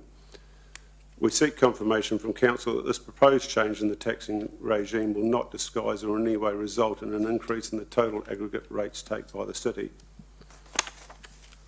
Rates set by local authority must relate to a financial year or part of a financial year and be set in accordance with the relevant provisions of the local authority's long-term plan and funding impact statement for that financial year. I won't go through that MOTU quote there, but it's quite relevant. Bottom last paragraph on page 3, there is no evidence that generally supports the concept that a capital value system will provide a better link between the level of rates paid and benefits received Rather, council has roundly promoted the wealth tax type characteristics of a capital-based taxation system. There can be no argument that commercial CBD properties are provided with more services and amenities than ours or other suburban activities. Yet we would highlight the fact that under the proposed changes, the commercial CBD properties rate levies will generally reduce while home zones will rise dramatically. This is absurd when considering equitability for ratepayers based on access to council services. Home Zone made an official request to council for information to assist in explaining the calculation of the proposed rating levies, in particular how the proposed modified capital rating system produces consistency between each individual ratepayer's rates burden and the actual services received by the given property. Council has since informed us that there is no such information available. At this time, we have serious concerns over the legitimacy of the rationale which council seems to have adopted for the proposed changes. This includes, but is not limited to, components such as the proposed differentials to be utilised and the yields being proposed for application by council across the rating categories. Council's position with respect to this seems irrational. Home Zone considers this to be quite unsound and therefore believe council are acting unreasonably. 1.4 consultation requirements. It is Home Zone's view that council has failed to consult with ratepayers properly on this change in the taxation system, especially so considering this change has large and long-lived implications on all ratepayers with severe negative effects on certain stakeholders. We also consider that council's intention to shift rating systems lacks a principled basis. Essentially, the Local Government Act has three main purposes: to provide local authorities with flexible powers to set, assess and collect rates, to ensure rates reflect decisions made in a transparent and consultative manner, and to provide for processes and information to ensure ratepayers can identify and understand their liability for rates. Home Zone is a ratepayer that will be severely negatively affected by the proposed changes in the rating system. It has not to date been adequately consulted as a stakeholder in this process. In this respect, we consider council has acted unreasonably. If we rip over to page 5, please. Should council decide to proceed with the rating review statement of proposal, in the event that council proceeds with the proposed change to a capital value rating system, we confirm the following factors which must be expressly addressed by council before such a profound change might be considered acceptable. 2.1 differentials. Our view, the differential on the commercial category property requires either removing or at the very least a substantial constructive adjustment, particularly for those commercial properties substantially affected by the proposed changes, to a more appropriate level. We quote from the previous MOTU report, which supports that, we believe supports that position. I'm starting from beneath the quote. We consider that all ratepayers must pay their fair share of rates, and when considered holistically, we do not believe the current proposal adequately reflects this. The removal of the differential on commercial properties would lower the cost of doing business in Hamilton and provide a broad positive impact by assisting to stimulate economic activity. We also note that council itself in its workshop papers and rates review proposal identifies concessions may well have to be made in this area. I'm sure council are familiar with those. Page 6, yields and percentages. Our view, the yield for each of the three rating categories should be positioned by the capital-based rating system, not as misrepresented by council. In other words, if council wishes to adopt the capital-based rating system on its merit, due to its inherent good qualities, why not let the system itself determine the yield for each category, unencumbered of any manipulation? And we're informed in council's workshop 3 notes that during 2011 Hamilton City Management recommended that no differentials be used. In that case, the commercial property category would yield 21% of the property tax rate. Under the proposed system, where the yield is kept the same as it is currently, obviously commercial property pays 34%. So we believe that's distorted and unfair. In the end, it is those commercial properties with above average to high capital intensity which will be hardest hit with severe increases. Ironically, these properties will largely have been developed under the previous land-based tax revenue, or taxation regime, sorry. 2.3, transition provisions and existing commercial agreements. Our view, in addition to other adjustments made, the transitioning period for the proposed changes must be spread across 20 years minimum to mitigate the negative impact that the proposed change in taxing regime has on HomeZone.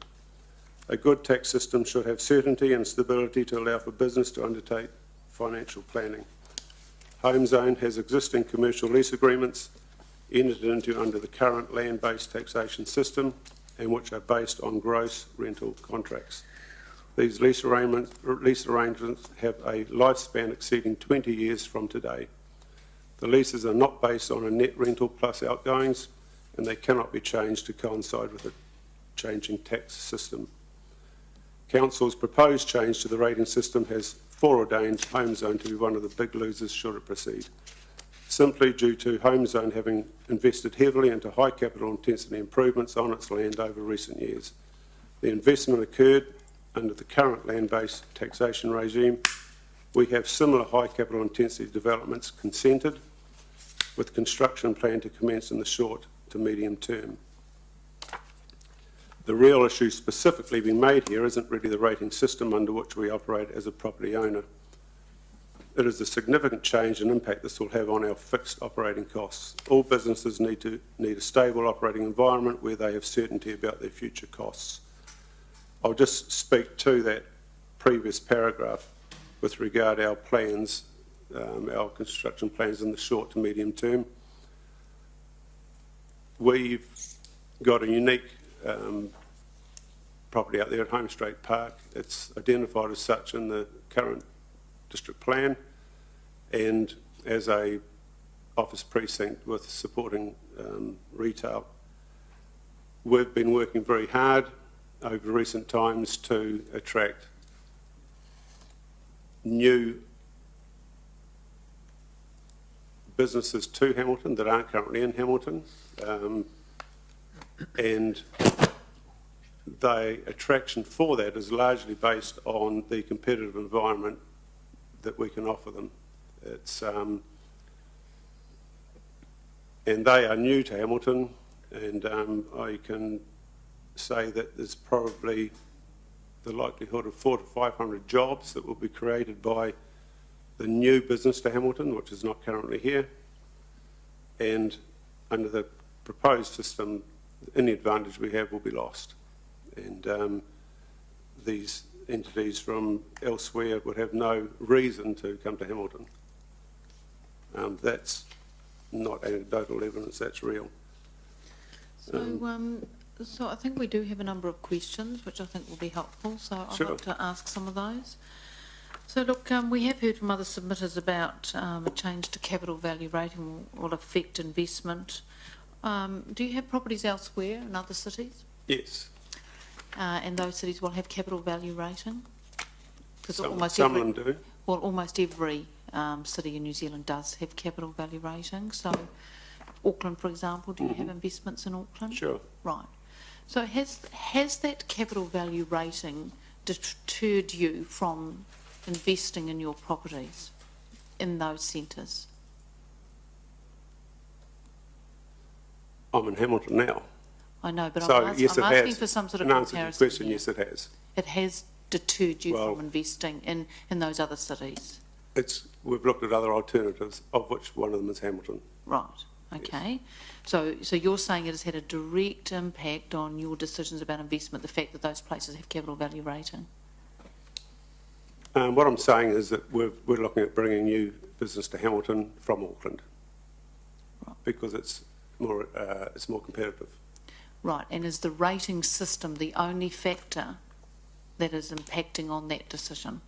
It's not the only factor, but in this case, if the proposed changes go ahead, we lose that advantage, and we won't be able to offer the package. What's your rate change? Sorry, what's your rate change? Potentially, what would your rate change be if it changed from land to capital? Well, we're calculating it on the finished product that we're proposing out at HomeZone. we calculate to be 400%. Right, once you've done all your development on that site that's Yeah. been consented? Yes. Okay, so what sort of numbers are we talking of dollar-wise? Do the dollars matter or the percentages? I mean, obviously we're not in the league of Kiwi Income or Tainui, but I think the it's, percentages are similar.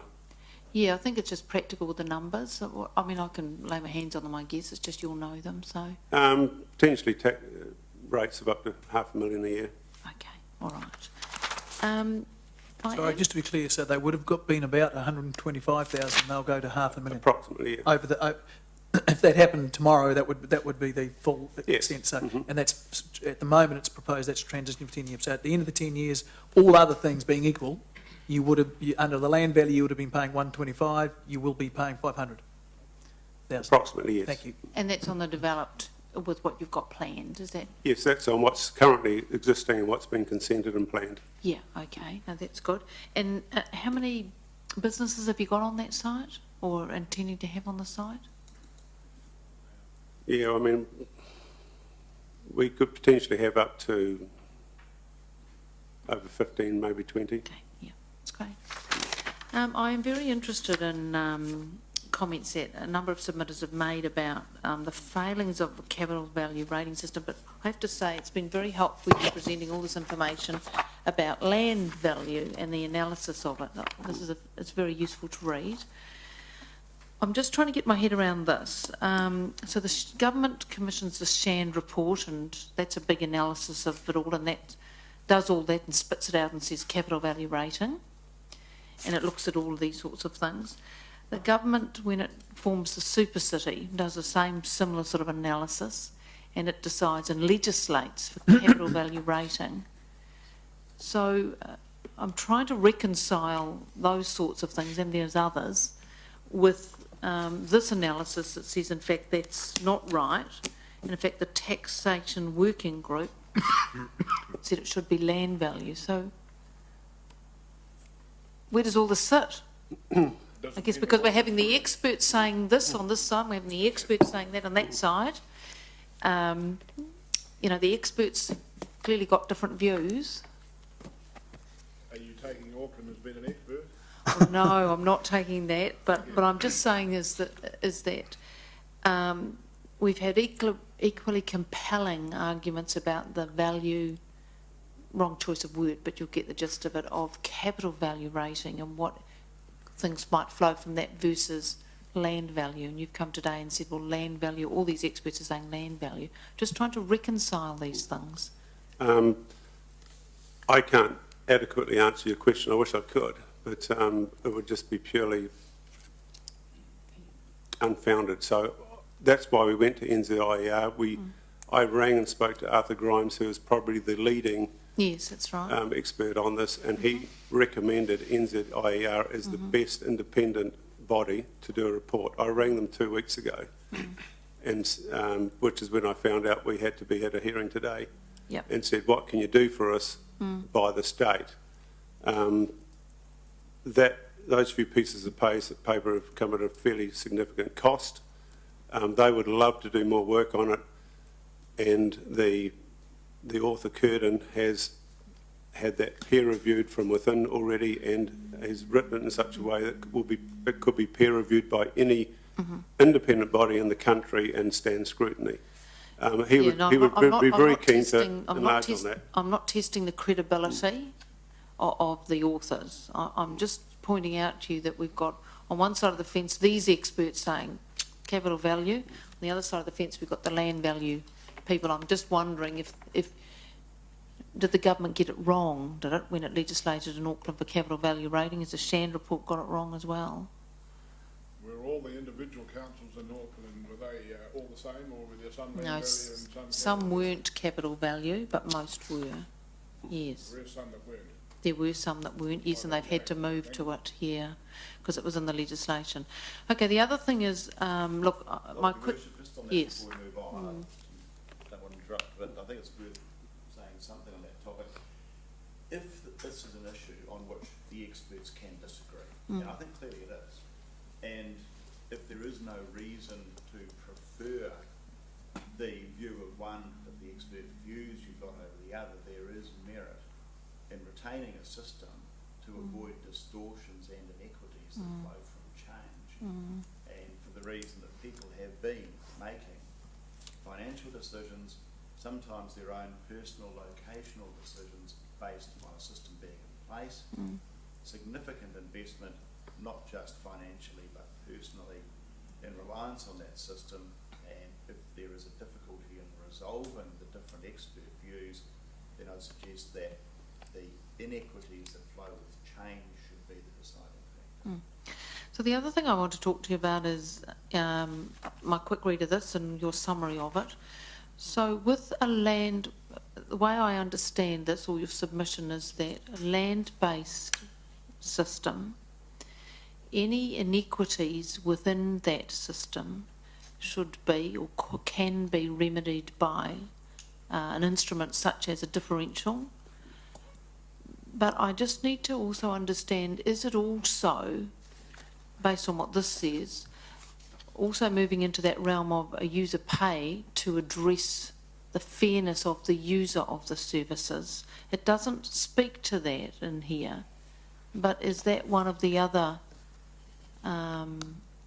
options that these commentators are speaking about? Because I sense so. Clearly, they are aware that within either system there are methods that can be used to focus on the relationship between rates burden and services received, and that they may, and I think it's the same answer to Mr. Mallett's question, but the answer there may not lie in the basic system, but in the use of reliance of targeted rates more carefully, using differentials more carefully, focusing on how the yield can be achieved in particular areas more carefully, rather than devoting all the effort to changing the basic system. Yeah, no, okay, so that's confirmed what I thought. Now the other question I have is in your submission about whether commercial properties that have high capital intensity, whether there's some other way of dealing with them, pulling them out and having some kind of different approach.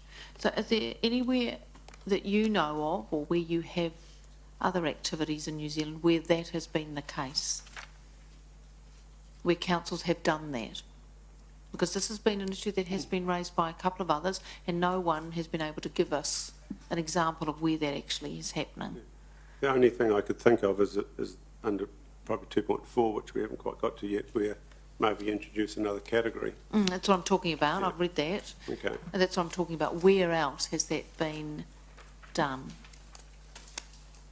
Look, to be quite honest, I don't know offhand, because I've been wading through this over the last couple of weeks. I know a lot more than I did 2 weeks ago, but I don't know enough to answer your question. I'm sorry. No, because we're looking at that point has been raised by a couple of other submitters, and none of them have been able to tell us where that's actually being used currently. You can't help us with that? No? I don't have any examples for you, no. All I can suggest is that where there's wild aberrations and distortions, they should be balanced by somehow, because it just is, obviously there's winners and losers with every type of system, but when you've got extremes, they need to be somehow middled and catered for, because it's, like I think I referred to earlier, there's no evidence that links, a capital-based rating system, to the actual levies received and the services provided. So it's. All right. Councillor Mallett's got some questions, and then Councillor Gallagher and Councillor Pascoe. Thank you. On page 1 of the your Home Zone Limited, the one that's headed up Home Zone Limited, at the very bottom it says, for example, council makes statements such as the capital value rating system is more progressive than land value. By progressive, I assume you mean closer proximity to ability to pay? Yes. Okay. And linked to income. Pardon? And linked to income. Yeah, income, yep. Okay, and the capital value has a close relationship with income and land value, Then I think you're saying the NZIER report, so you're saying that council takes, which I believe to be the correct opinion, that improved land generates more income than unimproved land. Otherwise, why would you improve it? Sure. Then does it say that the NZIER report contradicts that? On the next page, see the top of page 2. I mean, that's balmy. So, sorry, now which So, bullet point were you referring? Yeah, so we go from the bottom of page 1, Yes, which is bullet that, point? and then we go to the top of page 2. Yes. The NZIER report contradicts a number of inferences made by council, and therefore we consider these to be unsound reasons for proposed change. Because what you're,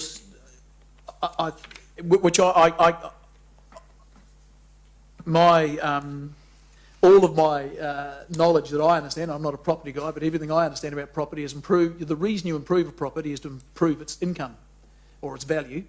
So to suggest that the council is wrong in suggesting a capital value system more closely approximates the income generating potential of a property is incorrect. That's a double negative there, what I just said then. But I would suggest the NZIER report is inaccurate in that regard. You don't have to be an expert to know that. Or is that not what it says? I think you're sort of taking words out of my mouth by, you asked me to answer what the word progressive means, but you could equally just go from that first paragraph under 1.1 to the next paragraph at the top of page 2. It's simply, those are examples of the conclusions that we had read from the council papers that were not, those are some examples. There are plenty of others where the NZIER report does actually contradict what was actually written in some of those, particularly workshop papers. Okay. So you're not, so one of your pieces of evidence against going from land to capital is not going to be that capital value that land value, capital value, so you agree that capital value does increase the income generating potential of a property. So that won't be one of your arguments, is that right? No, I'm saying, I didn't say that capital value would increase the revenue from it. I'd say it would decrease it because there's no incentive to actually improve it. Okay, all right. I guess one of the things that you do when you develop a land is you take into account that the income generation from improving it is going to be greater than the cost of improving it, and one of those costs will be rates. But okay, right, that's cool. Okay, the other question, and this is just a very, very fundamental question. Are you able to separate the process we've gone through to try and get our rates to, because an awful lot of people are here just because their rates have gone up too much, not so much because it's gone from land to capital, but people just don't like the fact that the rate, and that's a totally honest and appropriate response. Look, the rates are just too damn high. I don't care how you collect them. To what extent are you, is that the issue? We don't mind the rates going up, but we just object to the rates going up 400%. Okay, but the reason the rates are going up 400% is because we're going from a land to a capital value system. If next year we stayed land value but we went up 400%, you'd still be hecked off, and you would still be as vehemently opposed to it. We would prefer for the rates to go down, and we would speak to us in here saying we would all like that. We'd like council to go through and look at how it can actually reduce costs and make the rates go down. And I mean, on that point, we're trying to stay away from that point because I suppose I just need to say to you, we do, and we're knee deep in that at the moment, and we do hear what people say about, the cost of running the city. So let's focus on the proposal because I think that's I understand that, but so I mean, we've spent a lot of money on this report, which if we were just worried about our own back pocket, why do we go off and spend thousands on a report like this? We actually are opposed to the change. Fundamentally, we don't agree it's a good thing. We are in the process of bringing new business to Hamilton. That will not happen if it changes. So we see Hamilton with a unique situation with land value. I'm starting to get the feeling that there's, both nationally and internationally, there's actually more people looking back to land value. It's been, capital value's been the trend. But I think Hamilton's sitting in a unique position where it's got land value and people are starting to recognise that and say it's cheaper to do business in Hamilton. And when I say cheaper, as long as council can pay their bills, great. I mean, it's got to do that. That's what we say, that, council has got every right to charge the rates to cover their costs. No problem there. We'd just like to see those costs contained wherever possible. But why change a good thing? Right, now Councillor Gallagher, you had some questions? Just You two had some questions. questions? Coming back to your NZI report, and obviously it's very handy, and any academic paper is peer-reviewed and is balanced, but it says here that report back empirical findings from the literature under tight timeframes acknowledge that, and the report outlines key arguments on balance favours land-based taxation. In the glossary, I see no reference to the Shand report, and I see no reference to the legislation regarding the super city, which actually chose capital value, and I acknowledge what you've just said. And I'm saying, with respect, if you pay for a report from an august body, if I'm reading that report as a reader, I would have at least wanted to have had the arguments of the Shand report tested in a paper like this. And I'd certainly wanted, with respect, to have had the Auckland City legislation passed by the current government also tested. And I'm surprised that there's absolutely no mention So of that. your question, Councillor Gallagher... Well, I'm just saying that... why is that so? Why is there no mention, do you think, in this report, which is pretty critical, I certainly acknowledge some of the other evidence you've put forward. I can't answer your question. I think it's a question that needs to go to NZIER, other than this arrived on my email at around midnight last night, and they were under tight timeframes. It's just simply, we would have preferred to have had a far more robust report that may well have covered those areas.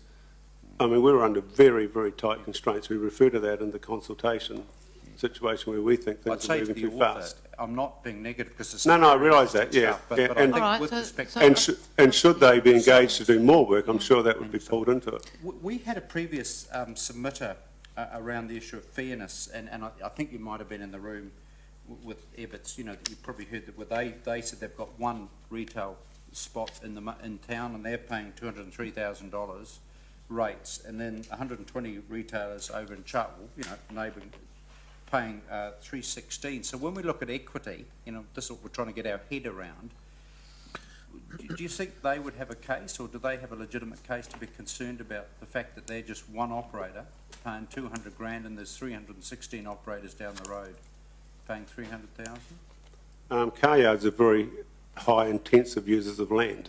Yeah. That's just the nature of that industry. They need a lot of land, whereas a small post shop needs 10 square metres.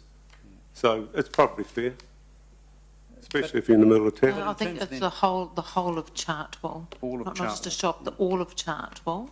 Yeah. Well, then, yeah, I mean, look, I'm no expert, but maybe you have to look at the differentials slightly. But in saying that, to actually operate a business on a large area of central business district land, you're going to pay for it. I mean, if they wanted to pay less, they could move out to the suburbs like other car dealers. Okay. You're obviously Auckland, the office in Parnell, Auckland, and I respect that you operate and your sister. I'm not sure your company structure, but obviously your associate companies, the group. Which cities do you have investments in? I was actually brought up in the Waikato, went to Morrisville College, and so it feels very much like home. Predominantly, we're involved in property in Auckland, Hamilton and Wellington. Right. Now, in terms of Auckland, do you have, with respect, I'm trying to test, I hear what you're saying about the levers, the attraction of Hamilton with land value. Do you have any current developments happening in Auckland as well? New developments? We're not engaged in construction, but we're currently talking with existing tenants about improving their properties. One of whom's a car dealer. Yeah, given the fact that Auckland, has en masse now, is changing to capital value, and there was some, I think, Waitakere, some weren't capital value, but it's got capital value. In terms of your sense of the Auckland commercial property market, do you see capital values having a negative impact on activity in that area?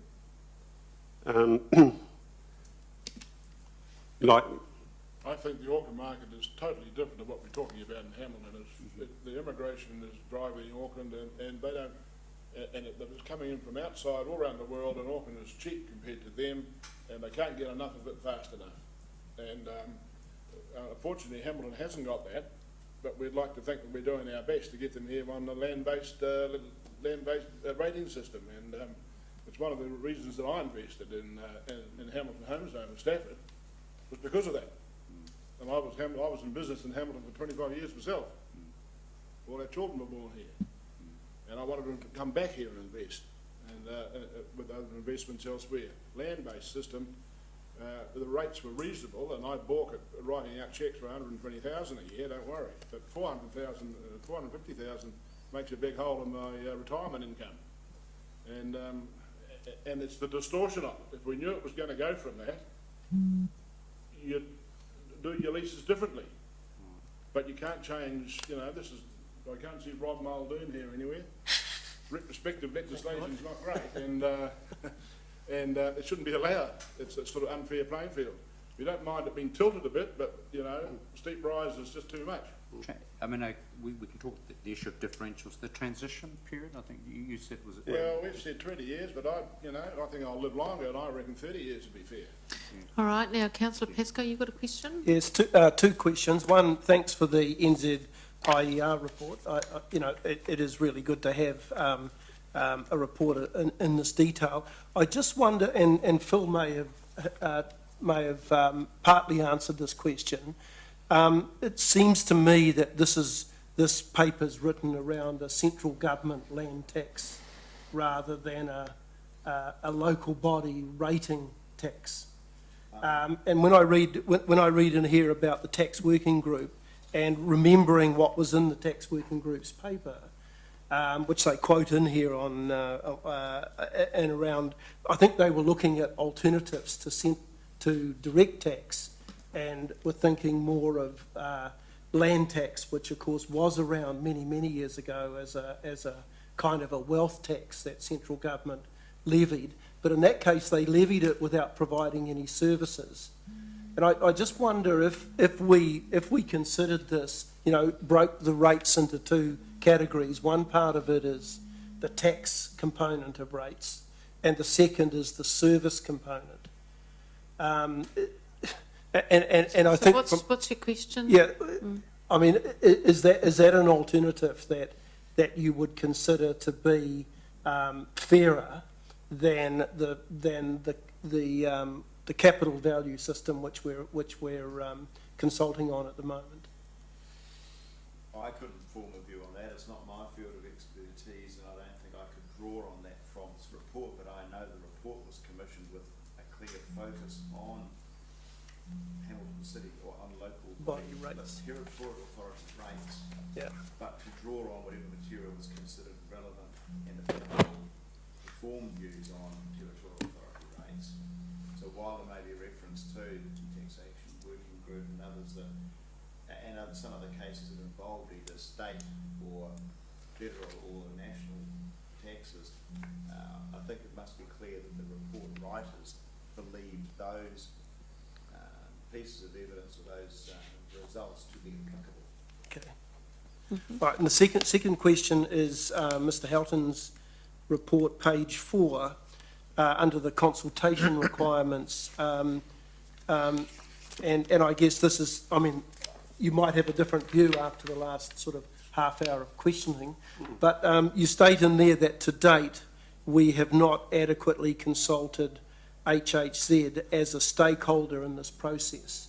What do you think we haven't done appropriately in terms of the consultation process to either bring you up to speed or for us to be brought up to speed in terms of the concerns that you have on the consultative process?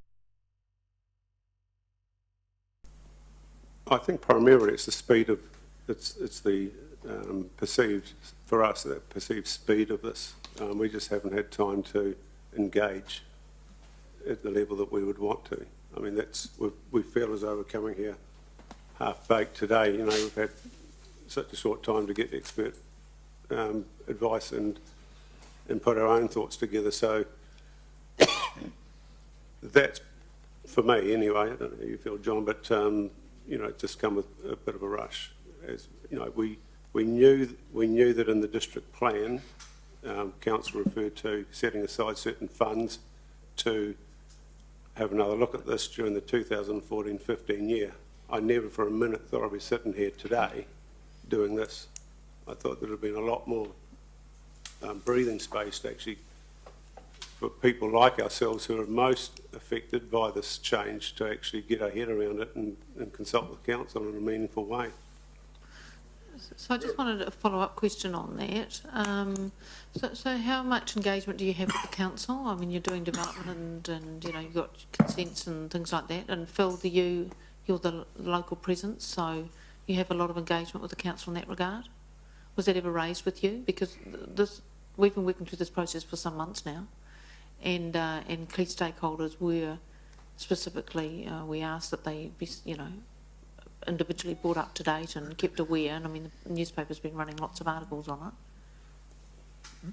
So I think it's the tail end of the process where the people with a direct interest get to have a voice that's been the constrained and difficult and short part of the process from HCC's perspective. The information that we get about the hearing is a 5-minute speaking slot. I have to say I apologise for that, because as a matter of course you would have been allocated 30 minutes, and I think that was an oversight, so I'll apologise for that. You should have been given 30 minutes. And when we queried that, it was said that we might get 10. Okay, well so again I apologise. Hear what you can based on the information about the hearing you're going to get. And you know, that it seemed a limited opportunity. We're aware from the information on the website that there have been workshops in the past, but there was no visible opportunity to have any participation or to have some consultation between workshops with stakeholders. It's a one-off opportunity at what appears to be the tail end of the process. Right. Okay, so we've been knee-deep in making sure the public are aware and the key stakeholders, so yes. We appreciate the fact that we're here and we can talk to you, and we've had extra time. And we've had extra time, thank you very much, and we're lucky we're at the end, I guess. But, you know, I think I'm just a layman, and this Stafford is he's the detail person and the legal intelligence of our team. But what I see and what I read in the paper tonight as we catch up and as we come down, there's a lot of bigger stakeholders than us, and without having a talk feast, it would seem a hell of a good idea to have a 3-hour session with some of the other experts and your experts. We're small compared to Tainui and Westgate and Westfield, and out of the whole thing you might get, you know, we can all know where everyone's coming from and you can shake something out of it. It doesn't want to be a talk feast for 2 or 3 days and writing papers and goodness knows what. It just wants a sensible, someone like yourself chairing the thing, and your turn, your turn, your turn, your turn now. What's the consensus? All right, thank you. Okay, are there any other questions, councillors, on this? No, I have a final question. Does our organisation, council, have permission to talk to the author of the NZIER report? Yes, it does. Okay, thank you very much.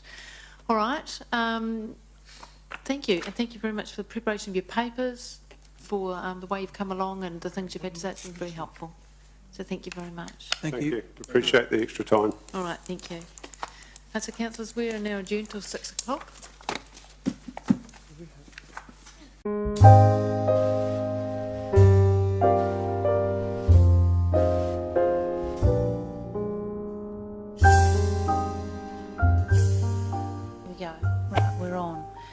So we're going to get started. So our first submitters are Alan and Jan Davies, and their submission number is 597.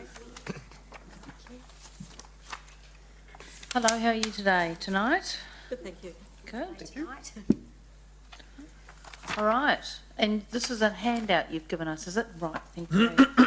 Okay, off you go. You've got 5 minutes. Right, it's okay. We have been ratepayers since 1976 and are here today because we care about the future of the city. We're concerned about the imbalance that will be created in our area by the proposed introduction of a capital value rating system. We live in a popular northern suburb where we anticipate our capital value could increase by approximately 25% in the 2015 revaluations. We have estimated this based on real estate sales in the area. Our situation is that we are just ordinary couple, one retired, the other approaching retirement age. We've worked hard, budgeted our money and saved over the years so we could move into a reasonably new, modest home with low maintenance requirements. Over the years, we've undertaken some home improvements, double glazing, extra insulation, etc., to lower long-term expenses, and we maintain our home well as to others in the street. Unfortunately, this adds value to our property and sale prices rise accordingly. Our overriding fear is that we could be rated off our property in time.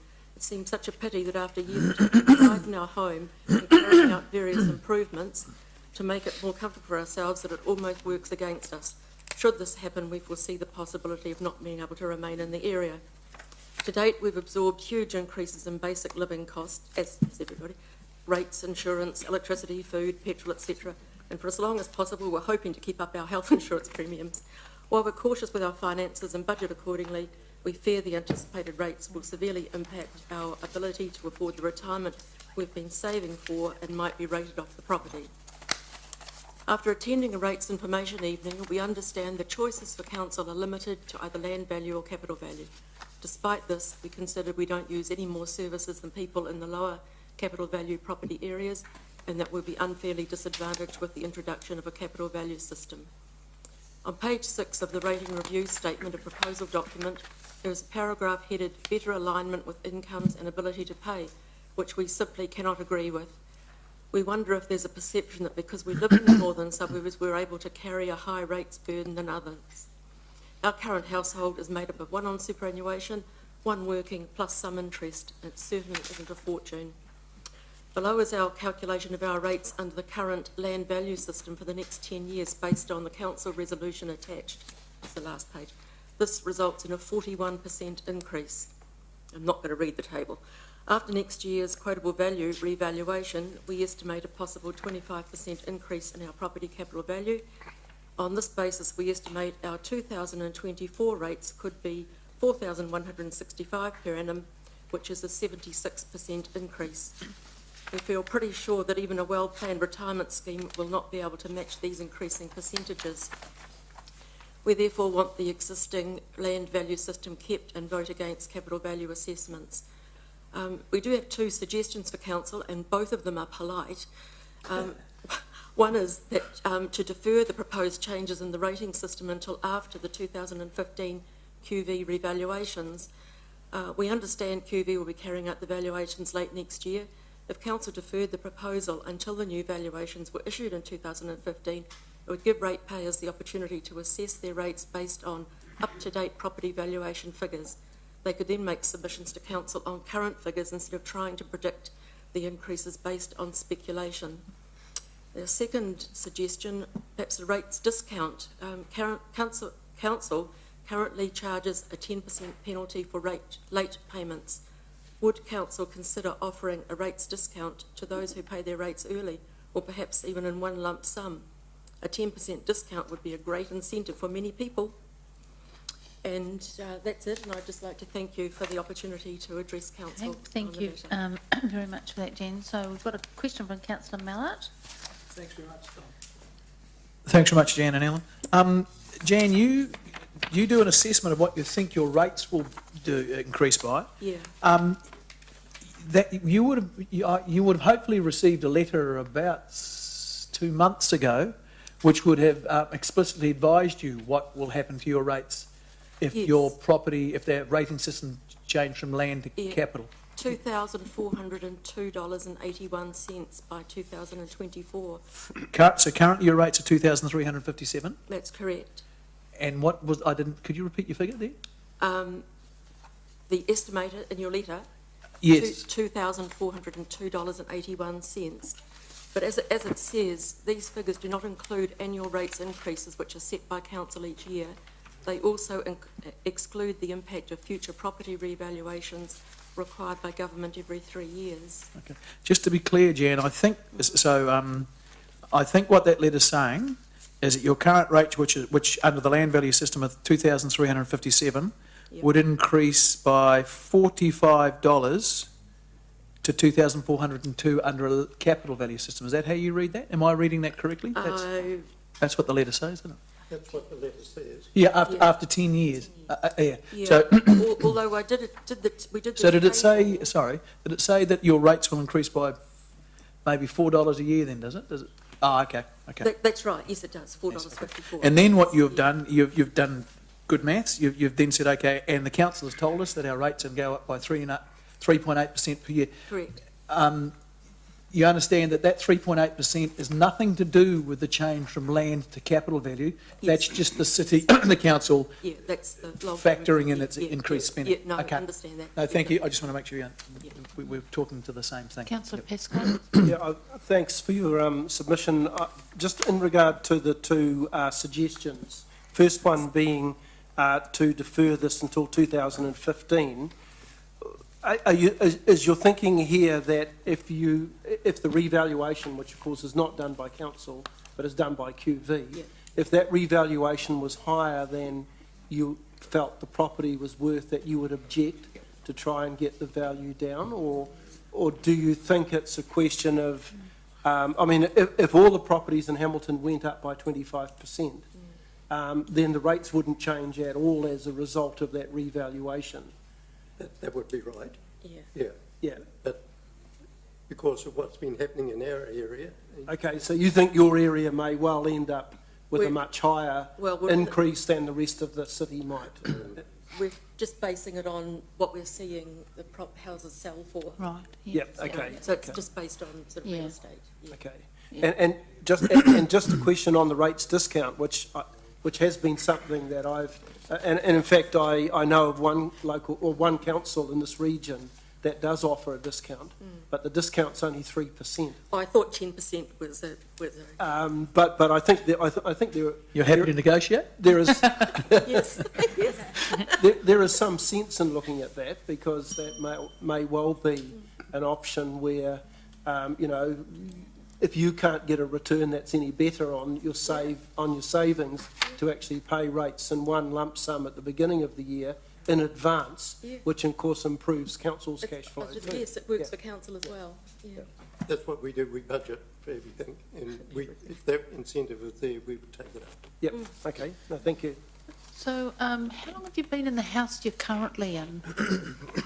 Nearly 12 years. Right. So, did you build it? No. No. It was Okay. about 3 years old when we All moved right. in. So, when they, because we're required by law to do the valuation every 3 years, and that gets done not by the council, by another organisation, has your land value gone up every time that valuation has happened? Actually, because we're great record keepers, we've got all that stuff at home, but I didn't actually think about comparing that. Yeah. Yeah, last valuation, I think it went up by about $20,000. Right, yeah, okay. Yeah, I just off the cuff. Yes, just in that area up there, the land value has gone up an awful lot in the last 5 or 6 years. Yeah. And I realise if we're on land value only, continuing, it still could increase Yes. that amount. You know. Yes, that's what I was trying to That risk understand. is still there, isn't it? Yeah, that's right. Yes, okay, no, that's good. Now, are there any other questions? No? Look, thanks very much for coming along, and also your what you've written here is really clear, and you've offered some solutions, so that's good too. So thank you very We much. just felt if we didn't speak, we couldn't moan if it goes Yes, up. no, agree. Thank you very much. Right, thank you.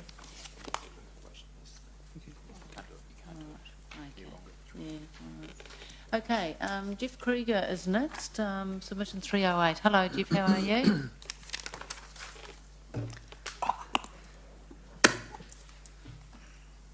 Right, off you go. I'm Jeff Krieger, a residential ratepayer. What has changed since 2011, when this subject was rejected by 88% of the 2,763 submitters who opposed the move to capital value? What doesn't the council comprehend? The circumstances of the ratepayer have not improved. The economic situation of Hamilton has not progressed, particularly with recent job losses. Council thinks that capital value is more progressive than land value. This means there's a greater alignment with incomes and the ability to pay. That is rubbish. To suggest that property owners who have acquired a higher value property will pay more arrogantly stating that they have more ability to pay is untrue, pompous and condescending. That is nothing more than socialism, the redistribution of wealth. Since the last 2011 proposal to change the rating system, my own rates have increased 32.5%. The current 2014 proposed CV rating system, Council projects that they will increase a further 11.5%. This takes no account of the 10% annual increase since the last proposed change to CV. The proposed CV rating system will cause residential properties in my immediate area to increase from 14.45% to 25.8%. Most are on fixed incomes. What is the benefit of such an increase? What more bang for our buck do we get? More or better services? Yeah, right. There is an anomaly in the area. My daughter lives 10 houses from my own, and her rates decrease by 4%. The commercial CBD is a subcategory of the commercial sector. This category is created to promote Council's vision to have a thriving CBD. Central City is dead. No amount of ratepayers' money will fix that. Council over the years have stuffed the Central City with wasted efforts on the CBD. Council have stated that this proposal will not increase the rate take, just divide up the pie differently. A cursory look at the rates calculator of the CBD reveals that some properties' rates reduced by 89%. Ben van den Eagle of Ebbets, in his submission, boasts that Ebbet Waikato Group rates for their CBD and CBD fringe properties will halve from $203,000 to $102,000. It is not council core business or ratepayers' responsibility to fund a thriving CBD. That is the realm of business itself and the personnel who conduct or run businesses. Council reminds ratepayers that they will balance the books by 2017, and in fact they're ahead of schedule and will balance by 2016, conveniently forgetting the $339 million remaining in debt. Council should stick to their knitting and not fiddle while Rome burns. On top of increases in the EQC levy, house repayment insurance, home contents insurance, Council wishes to impose a substantial 11 to 30% increase in the cost of residential rates. How are those on fixed incomes to manage this exorbitant cost increase? In relation to the land value system, Council states that the current ratios have been in place for a significant period of time. This suggests that if it ain't broke, don't fix it. It is recommended that the Hamilton City Council withdraw the proposed change to the capital value rating system and retain the current land value system with some modification to the differentials. Right, thank you, Jeff, and thank you for your written submission. Are there any questions for Jeff? Yes, Councillor Mallett. Thanks very much, Jeff. What do you think is a just way of divvying up the costs for the services that council provides property owners or residents or people, citizens in the city? There's no... The only fair way is like a poll tax, but you could get into the realm of and part of user pay, so that people pay for their rubbish. I'm not so sure about water. That's quite a contentious issue, particularly in some of the circles I move in. But we need to get more into the user pays, because you have some properties, like we have at the moment, that an empty section and a multi-storey or multi-apartment complex next door. We still have the same problem in the likes of the newer suburbs, where we have these people on fixed incomes who put out half a rubbish bag every 2 weeks. And yet you have other places where there are 10 people in the property. There's 6 rubbish bags out there every week.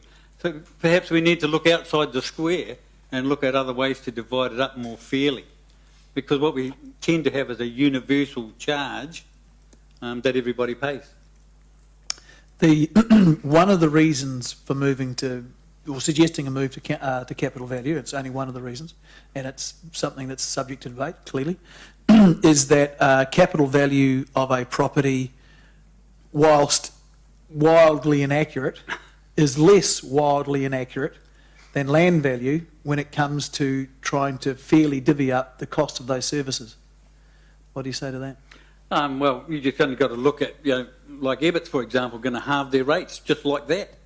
Some in the CBD are going to go down by 89%. Well, where's the fairness?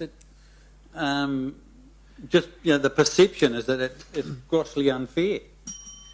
Do you think just because someone's rates are halving makes it wrong? No, not maybe they're using half the services. Not necessarily, but particularly for a business, that becomes a legitimate business expense, whereas the residential ratepayer does not have that luxury. Okay, thank you. Right, yes, Councillor Gallagher. Just to pick up the Ebbets question, they said they pay 203,000, one retailer, and they're saying 120 retailers at Chartwell pay in total 316,000. Now I realise there's big and small retailers, so you've got 120 retailers on one piece of land paying 316. One retailer on another piece of land paying 203. Would you think that? Would you see that as fair, or? I mean, that's the argument. That's the counter argument. You're talking about the base. No, I'm talking about Chartwell. Chartwell. It's, to answer your question, no, it's not fair. But by the same token, you're going to engineer unintended consequences, because who's going to pay? Us. The retailer isn't going to absorb the cost. He's just going to pass it on. Part of you've heard about the nationwide trend, and Rodney Hyde, the Minister of Local Government in the government, introduced the bill, the Auckland Council Bill, and they very focused way, introduced capital, rating across all of the Auckland super city. Yep. And look what happened recently. Backed by the Shan report. So I don't know. So in other words, and now the majority of New Zealand's population are under capital value. Yeah, but just because the majority. Yeah, no, I'm just in terms of your own. I mean. But just because the majority doesn't mean to say that they're all right. You have a look at the controversy in recent times in Auckland with the value of Auckland. In my own sense, if we were allowed to do what we like, which we can't, you'd say sort of a combo of a poll tax and user charges would be fairer. Yeah. If you're allowed to. Sure. Right. Thank you. Okay, any other questions? Thanks, Jeff, and thanks for your written submission. It was very clear. Okay, our next speakers are... Now, is Greg Blewett here? Yes. Hello, Greg. How are you? 390 is the submission number. 390. Oh, right. So Greg's got a handout as well, councillors. All right, Greg, off you go. Okay, Greg Blewett's my name. My submission is opposition to this proposal of changing to a capital value rating system based on the following concerns. Asset wealthy, cash shy. I live in the northeast part of the city. There are a lot of elderly people in the Flagstaff Rototuna area who have purchased homes or retirement village units using their life savings. At the time of purchase, these people would have been able to budget for future reasonable rates increases and have money set aside. But many do not have the extra money available to fund increases they would face under this proposal. My parents are some of them. The superannuation will not keep up, and the council assistance is too restrictive for many of them to qualify for it. Any couple don't qualify. This proposal will see many of these people, particularly those in retirement villages with very small land area, facing some extreme rate increases. In fact, at one meeting I attended with the Mayor, Mr Mallett, Mr Chesterman and several others, and others present, we heard from one very emotional couple explaining how their $1,000 plus rate increase, proposed rate increase, would most likely force them to sell up. Just because someone has assets doesn't mean they are cash wealthy. You will end up driving some of them to the loan sharks. Second point, not considering other options. There are options to redistribute the rates burden that you are not considering. That would be fairer across all city ratepayers. The law allows a portion of total rates take to be collected as a uniform levy. 25%, I think, was the figure you spoke of, Mr. Mallett? I won't have spoken that because I don't know, but Okay. there is a limit. There is a have, limit. yeah. You could set up the rate. I wouldn't so rely on much, I say. You could set up the rate so that this amount, 25% of the commercial and residential rates take, are then divided by the number of properties in each classification and set as a fixed rate per residential or commercial property. And then a user pays system to cover rubbish, water and sewage, and the balance is collected on a value-based system, either land value or capital value. Rubbish, for example, pay per bag collection like many places use. Water, work out the average domestic water usage cost and charge a uniform levy per property. You've already metered the commercial properties, so you know what they're using. Sewage, work out the domestic sewage costs and charge a fixed levy per domestic property. Base the commercial on their metered water usage. This is very similar to Tauranga system and works so that everybody pays their fair share of these uniform costs. Next point, why should a more valuable house pay more than a cheaper house? Just because someone has invested more in their house doesn't mean they cost the council more. So this is not a fair system. I accept no current available rating system is fair to all, but you are proposing a system that makes this worse. The Mayor asked a question at a meeting I attended. Is it fair for someone with an empty section to pay the same rates as a house next door? Yes, it is. Why? Most people only have an empty section for a few months while the house is built. But then we have the land hoarders, who are only holding the land for capital gain purposes. And therefore this reduces land availability, making new houses less affordable. So they purchased knowing the rates cost, and it was their choice to buy the land and hoard it, so pay up. High-rated properties due to land values. A concern was aired that some riverfront and lakefront properties have high land value and are paying high rates. This proposal may, depending on the valuation, see a reduction in some of these areas. The people who purchased these houses did so knowing the land value was high and therefore knowing the rates would be high. When you view a home for sale, you are given a fact sheet as soon as you walk through the door, including the current rates. So people have been buying property for years knowing the rates burden. You are proposing to turn this system on its head, which goes back to why some people will be unable to afford the changes. Inflation effects, further widening the burden.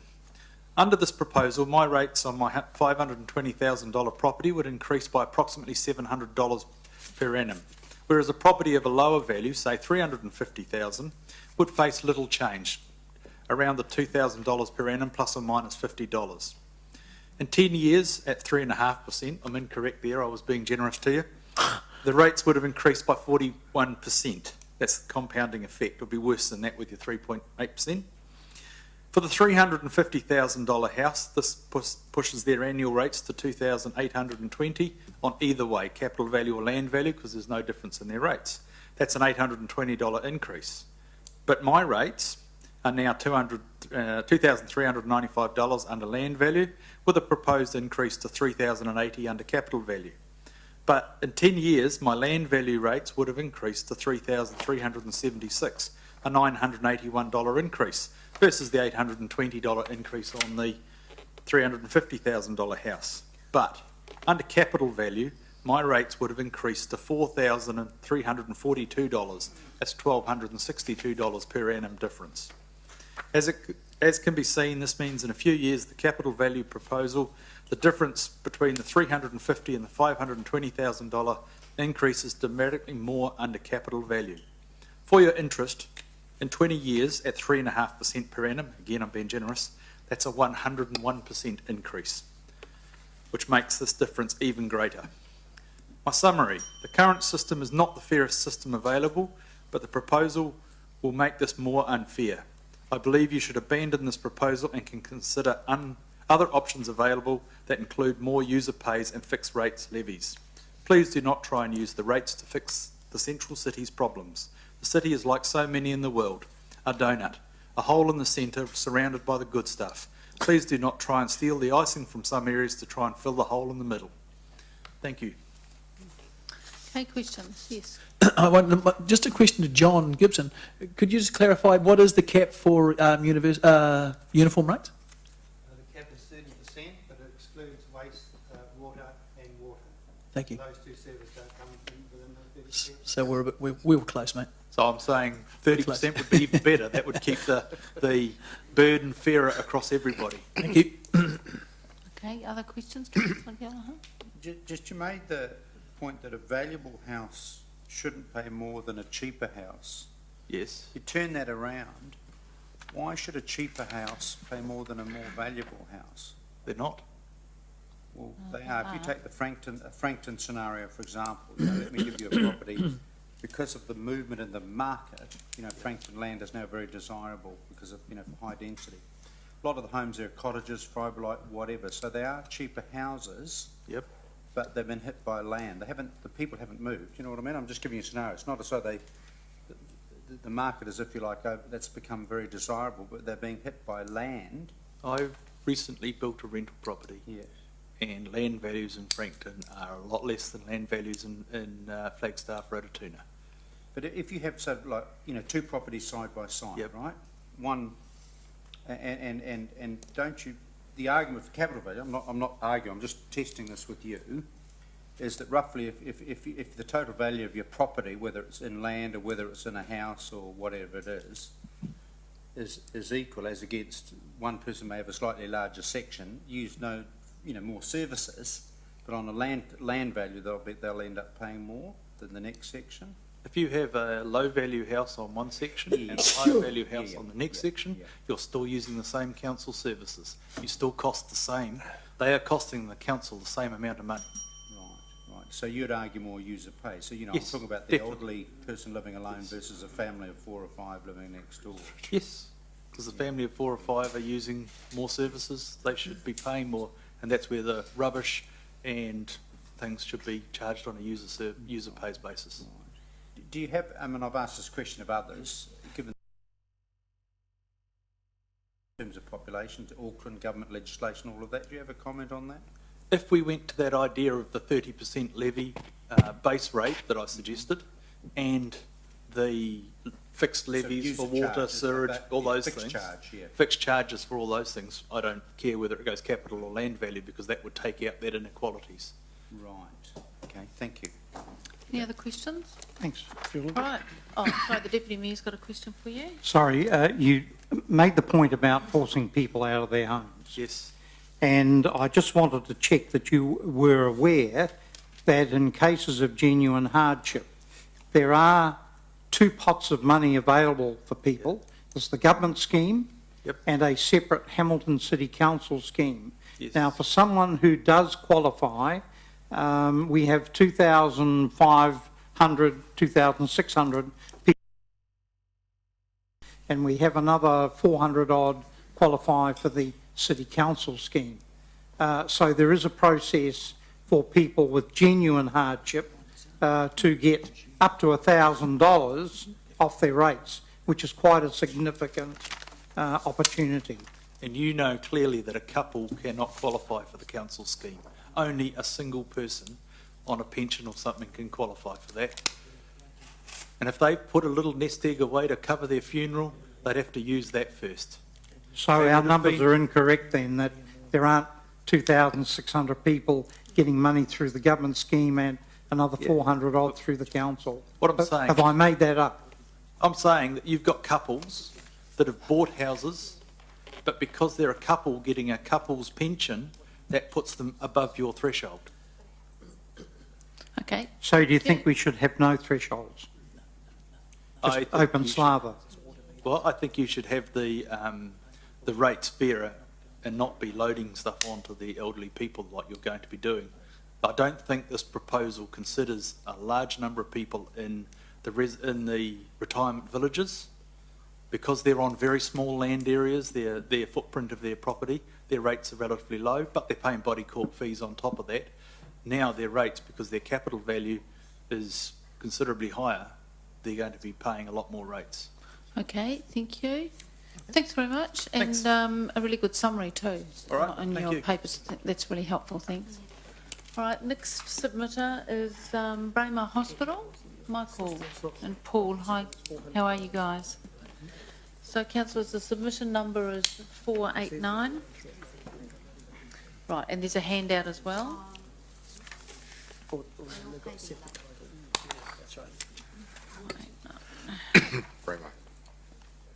Sorry, the number? 489. Yeah, 489.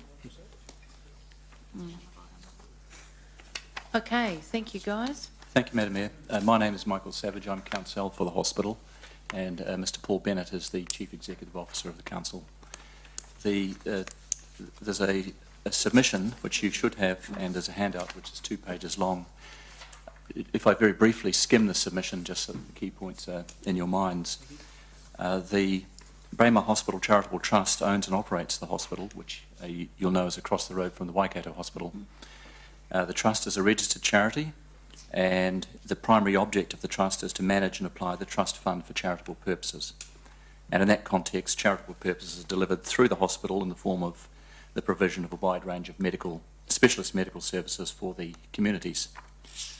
And since its inception, the trust has returned all those surpluses back either into the hospital or carried out charitable works consistent with the trust deed. Mr. Bennett can speak to the facilities if you have any questions around that. There's a brief reference to them there.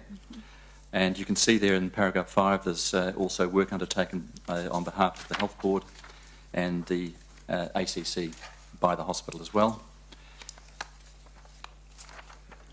As I've said in paragraph 7, and I'm coming to that in the handout as well, the proposal doesn't recognise the charitable status of the trust and the important public benefits provided by it through the hospital.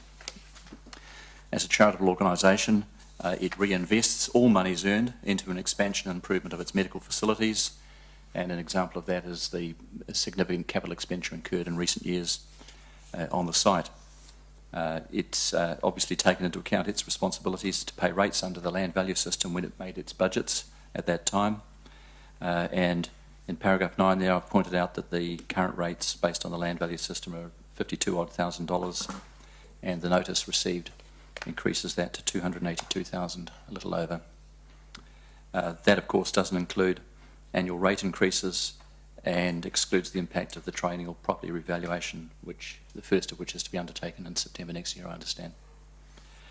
As a consequence, the overall cost to the hospital trust under the capital value system would be substantial and will directly impact on the trust's hospital's future programs designed to provide improved medical services to its communities. Now, I wonder if I might just pass over the rest of the written submission and turn to the handout, because we're trying to avoid some repetition here. Perhaps before I do, I've made a point in paragraph 14 that District Health Board land and premises used to provide health services don't pay rates. So we've got a hospital on one side of the road that doesn't pay rates, a very large one. Government. Government, I beg your pardon. Yes. DHB. Government. Oh, I beg your pardon. So there's that distinction between ACC, DHB and private hospitals in terms of the approach taken, although in this case Braemar Hospital does actually carry out ACC work and District Health Board work as well. So there's a slight grey area there, if I can put it that way. Yes, it's the government's. Government gives us those rules. Yes. If I could turn to the written submission, please, the handout. And I won't repeat myself. The first 2 paragraphs we've just covered really in the main submission, and the third one as well. But in the middle of the 3rd paragraph, put simply, all income generated by the trust must be applied back into the hospital to provide much needed medical services in the area. And that the council's rating proposal has the direct effect of removing at least $232,000, ignoring those triennial reviews and annual increases from the trust budget, and consequently reduces its ability to provide those medical services. Those benefits are obvious, and regrettably, the charitable status has not been recognised in the council's wider consideration of the change to the proposed system. And we say that the financial burden, which I've seen various figures bandied around in newspapers today, but it's more than fivefold increase here. I think I saw in headlines today coming in that Fonterra is complaining about a doubling. Well, we've got a fivefold increase here for a charitable trust. So in the trust submission, I've made reference to the absence of a remissions policy, and given that absence, the trust does oppose the rating system because of that impact that it has on its finances.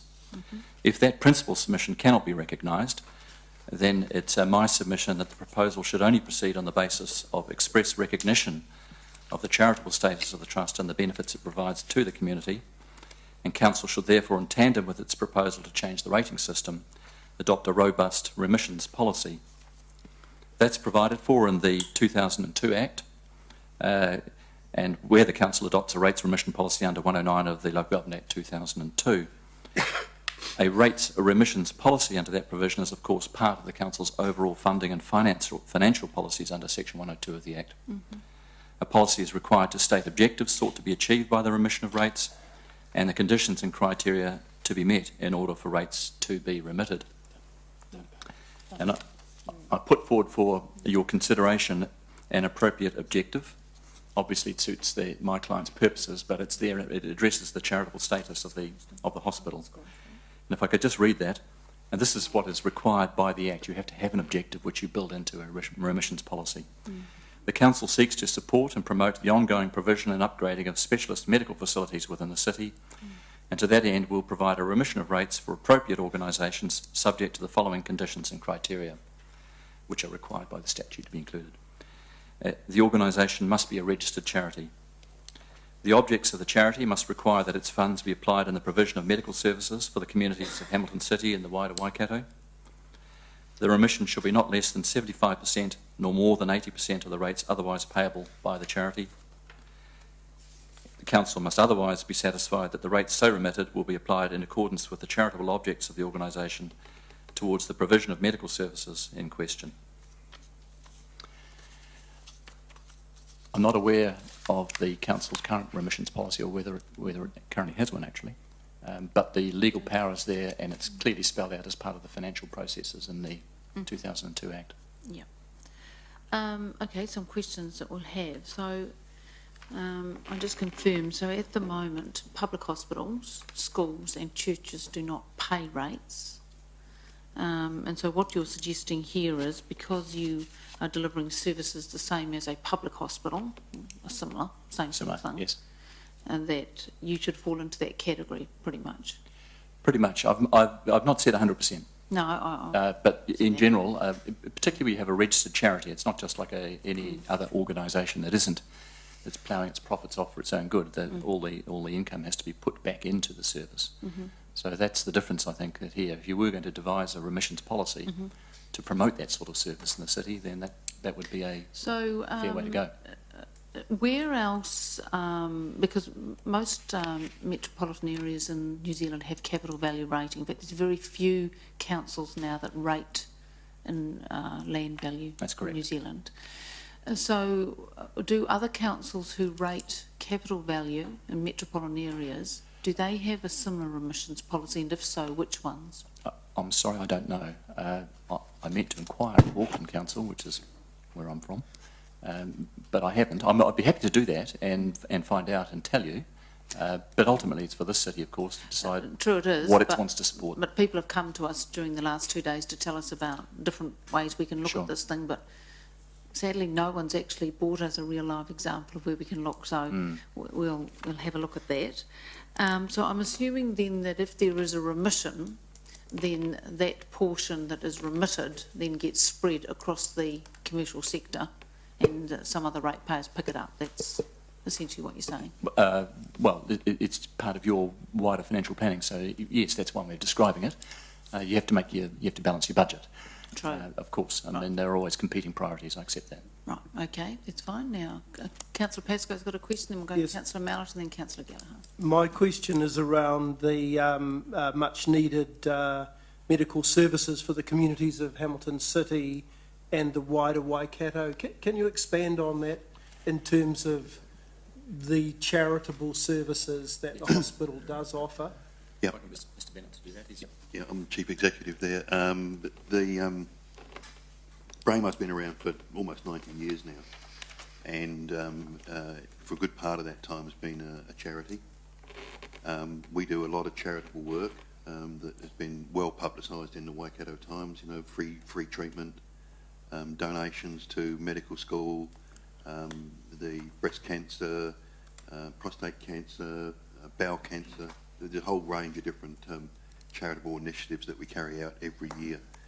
The main use for any surpluses we make go back into the hospital, either in facilities or equipment, so that we provide the best possible hospital and equipment for the treatment of our patients. So part of that is capital improvements to the hospital. Absolutely. Yes. Roughly what percentage would be capital improvements, and what would be the kind of charitable purpose that the community would see some immediate benefit or see some benefits from? It's difficult to answer because you don't spend $50 million every year. We've just finished spending $50 million on upgrading Braemar. But we spend around $1.2 million a year just on capital equipment. Thank you. Okay, Councillor Mallard. Thank you. My dad's just spent some time up at Braemar, so thank you very much. Is your fundamental beef, your opposition to the land versus capital, is not based on the, correct me if I'm wrong, is not based on the merits of land versus capital? It's driven by the fact that you've got a very hefty rates increase. Yeah, it's fivefold increase. Fivefold increase. Yeah. So you're not arguing the merits of land versus capital, you're saying this is just too much. Yeah, far too much. Okay. Yep. And I can understand where you're coming from, but it just cleared it. We just need to be clear whether it's land versus capital. I mean, it's not for us to comment on what you guys do. You But can, I mean, the impact of what you're doing on Braemar is very significant, and the impact on Braemar, as we heard earlier, is greater than the impact on Fonterra, 5 times versus 2 times. And they're not a charity. Yep. No, I appreciate that. Thank you. Okay, thank you, Councillor Gallagher. Yeah, I'm just, like when you bring the Auckland example, I don't know if you can just get, if you could just find a comparative, you know, with the structure, because obviously I'm interested in the kind of rates they'd pay and just getting some measure, and certainly any information you can get about remissions, that would be useful. I'll certainly, if you wish that, I'll see what I can dig out from Auckland Council. Thank you. Right, any other questions from any councillors? No? Hey, look, thanks very much. Yes, Paul, go. If we've still got time, I mean, Yes. this is obviously very important for Braemar going forward. We had no idea.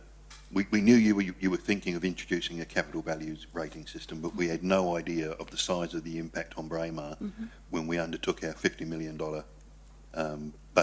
capital budget. If we had have known that, and given the significant impact on our bottom line, I think we calculated 17.5% of our bottom line is going to go to you guys, we would not have taken the steps we did. We would have cut back. That's a significant impact on our bottom line, 17.5%.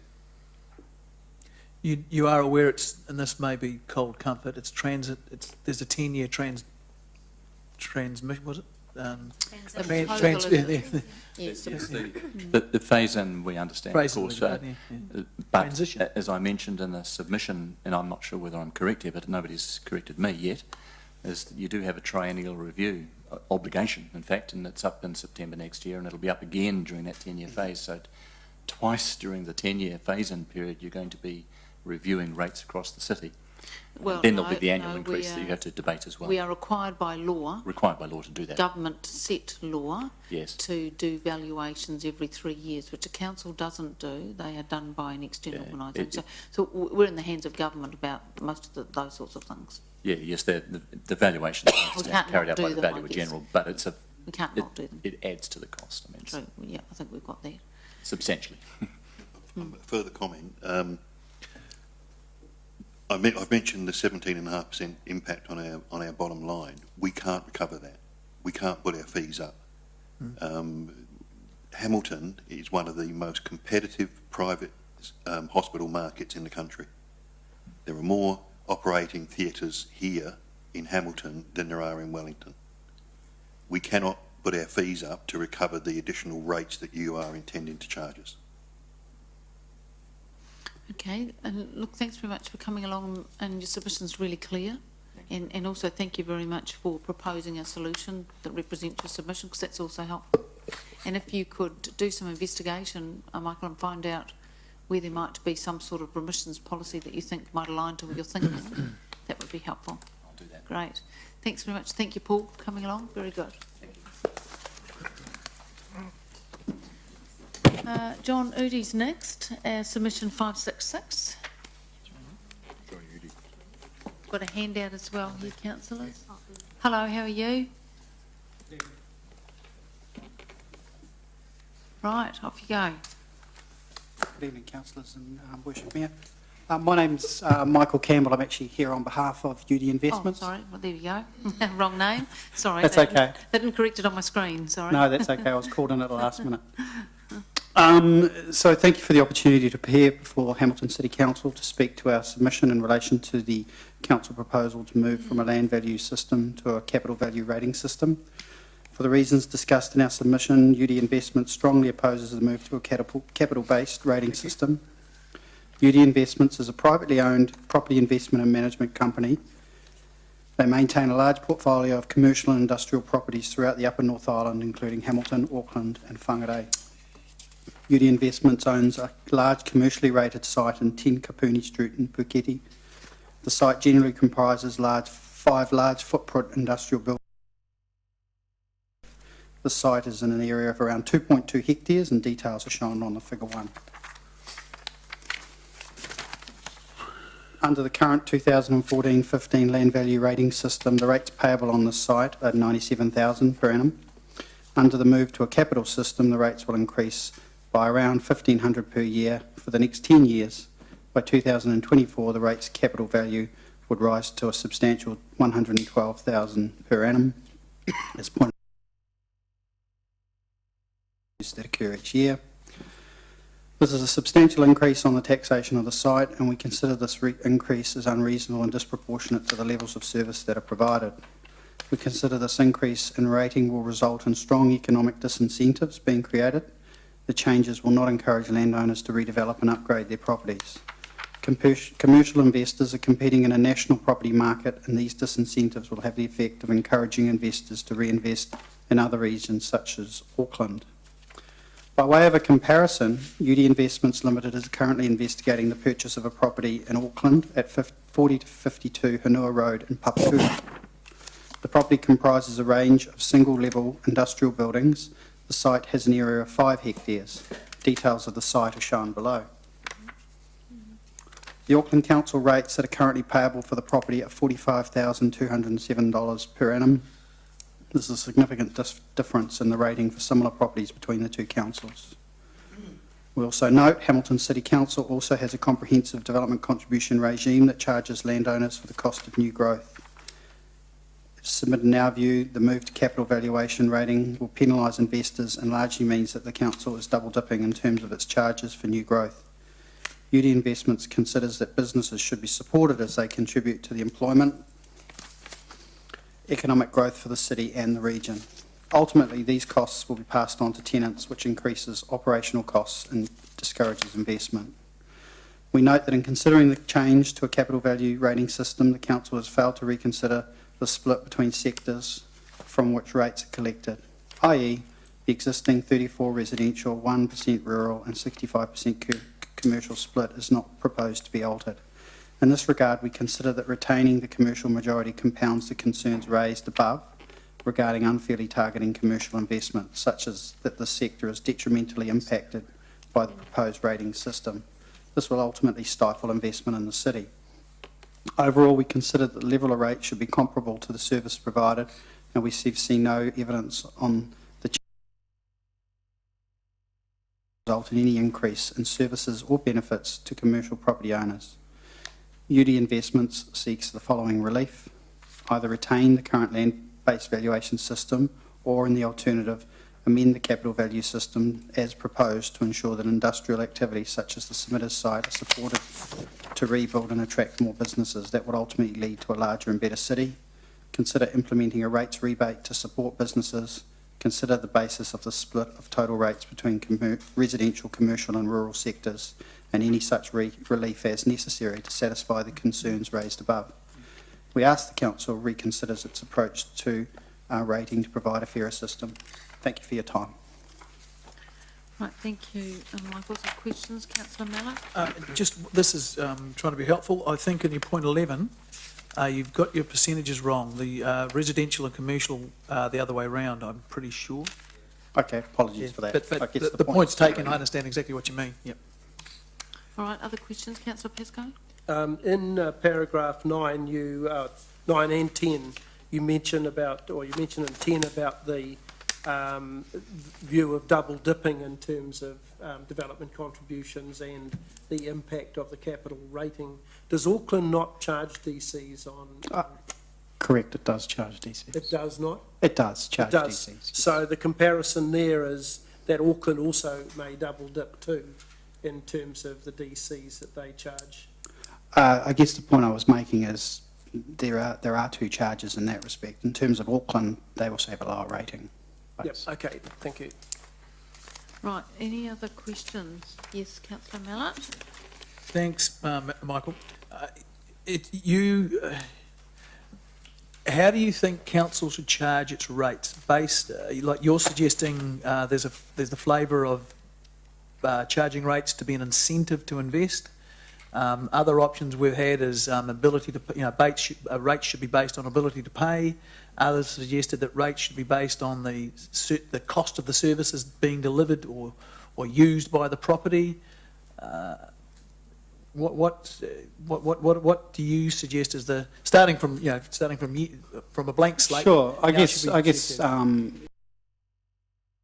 paying rates, that's part of contributing to a community, so they've got absolutely no problem with that. I guess it just when you're going from such a dramatic change from one system to another, there are going to be winners and losers, and I guess our client accepts that. But I guess there needs to be a finer grain analysis to acknowledge some of those peaks and troughs to be able to sort of take the bumps and the dips out of it. So it's probably a combination of actually a whole range of things to actually sort of smooth out that change. So putting it bluntly, you're objecting more to the quantum of the increase, and I'm not trying to put words in your mouth, but if I am, tell me I'm wrong, rather than the move from land to capital. The move to land to capital is causing the quantum leap, but if it had caused no change, you wouldn't have been appealing, you wouldn't have been concerned. Clearly, except I guess the only other concern is that the future implications of the encouragement of people who are going to look to redevelop their sites and then potentially get penalised through that process. But fundamentally, it is about I guess maintaining the current cost structure. Because it's an economic argument, yeah. It is, and that's and lots of submitters. Sure. You would have heard it, yeah. Yep, I have, and we've seen the other submissions, and we acknowledge there are other parties that have a bigger increment. We accept that. Okay, thank you. Right, any other questions? No. Thank you very much, Michael, and thanks very much for your helpful handouts. Really good. Thank you very much. Right, thank you. The next presenter is John Brew, and it's number 634. Good evening, John. Good evening, Council. Mayoress, thank you for giving me 4 minutes. Appreciate that. The assumption to pay. We were told that at one of the recent evening meetings, the assumption is that certain suburbs have the ability to pay. On what grounds, I ask the Council, is this assumption made by the Hamilton City Council? Is it in fact fair to lump all the ratepayers who live in one particular area, or to have the ability to pay, which was suggested at that meeting?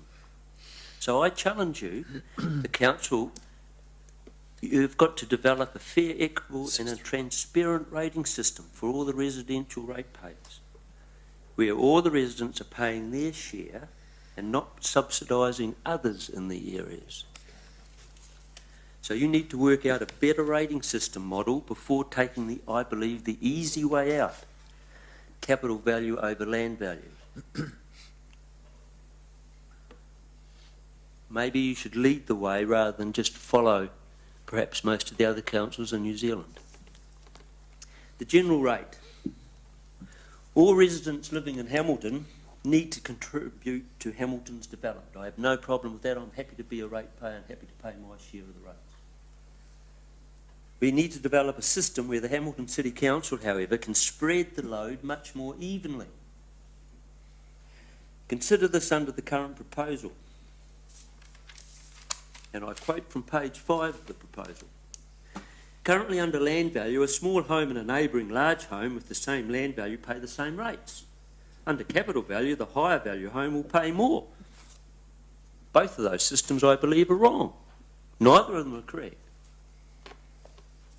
There are ways and means to have a fairer spread of the rates. Increase the number of targeted rates. You already did one with the garden, $10, $11.50 with GST. Introduce a greater number of user pay systems. Consider the general rate.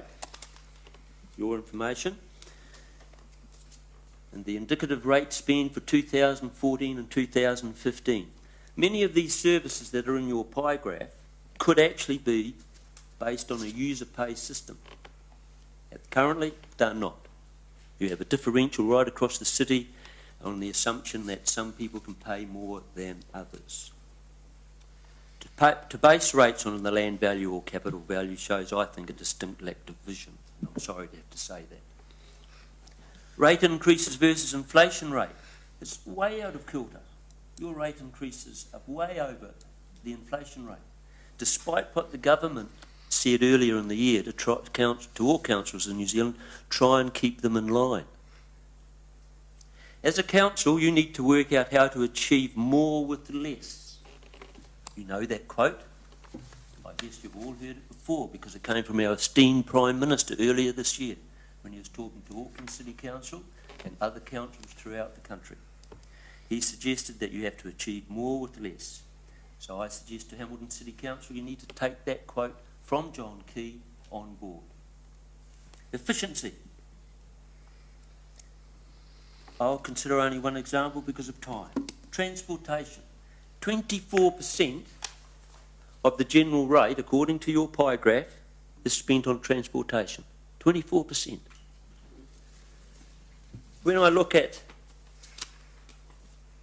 the Waikato Regional Council rate, which we also pay, they're spending 50% of that on transport. That's a huge amount. Huge amount. There has to be some efficiencies made. So finally, rates provide services, which I made my comment in my first submission, and a much more even distribution between residential residents, I believe, is required. The Shand report suggests and allows other ways of collecting rates not based solely on land or capital value, which is really the only thrust or direction the Hamilton City Council has in the current proposal. So where is the vision, I ask you? Where is the equity between ratepayers? Where is the fairness? And where is the transparency? The current proposal certainly, I believe, does not provide for this, and it is fact is just, as I said earlier, an easy way out. I'd appreciate if you could show some vision, and I thank you very much for your time. Thank you. Questions, please? John?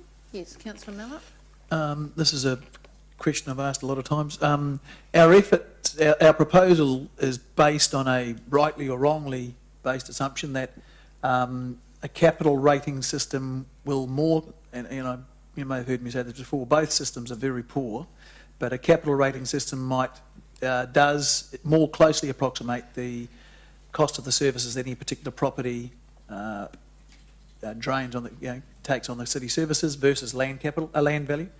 I disagree with that. You think it's wrong, or you just think it's not? You think land is better, is more accurate? I don't think either land or capital value is the right way to do rates. As I pass down my street, I can see one house which has got 8 cars parked outside it. So they are using a huge amount of services compared to the lady right next door and the gentleman on the other side who is aged people living by themselves. They are not providing or using half the services that this house of 8 cars that has.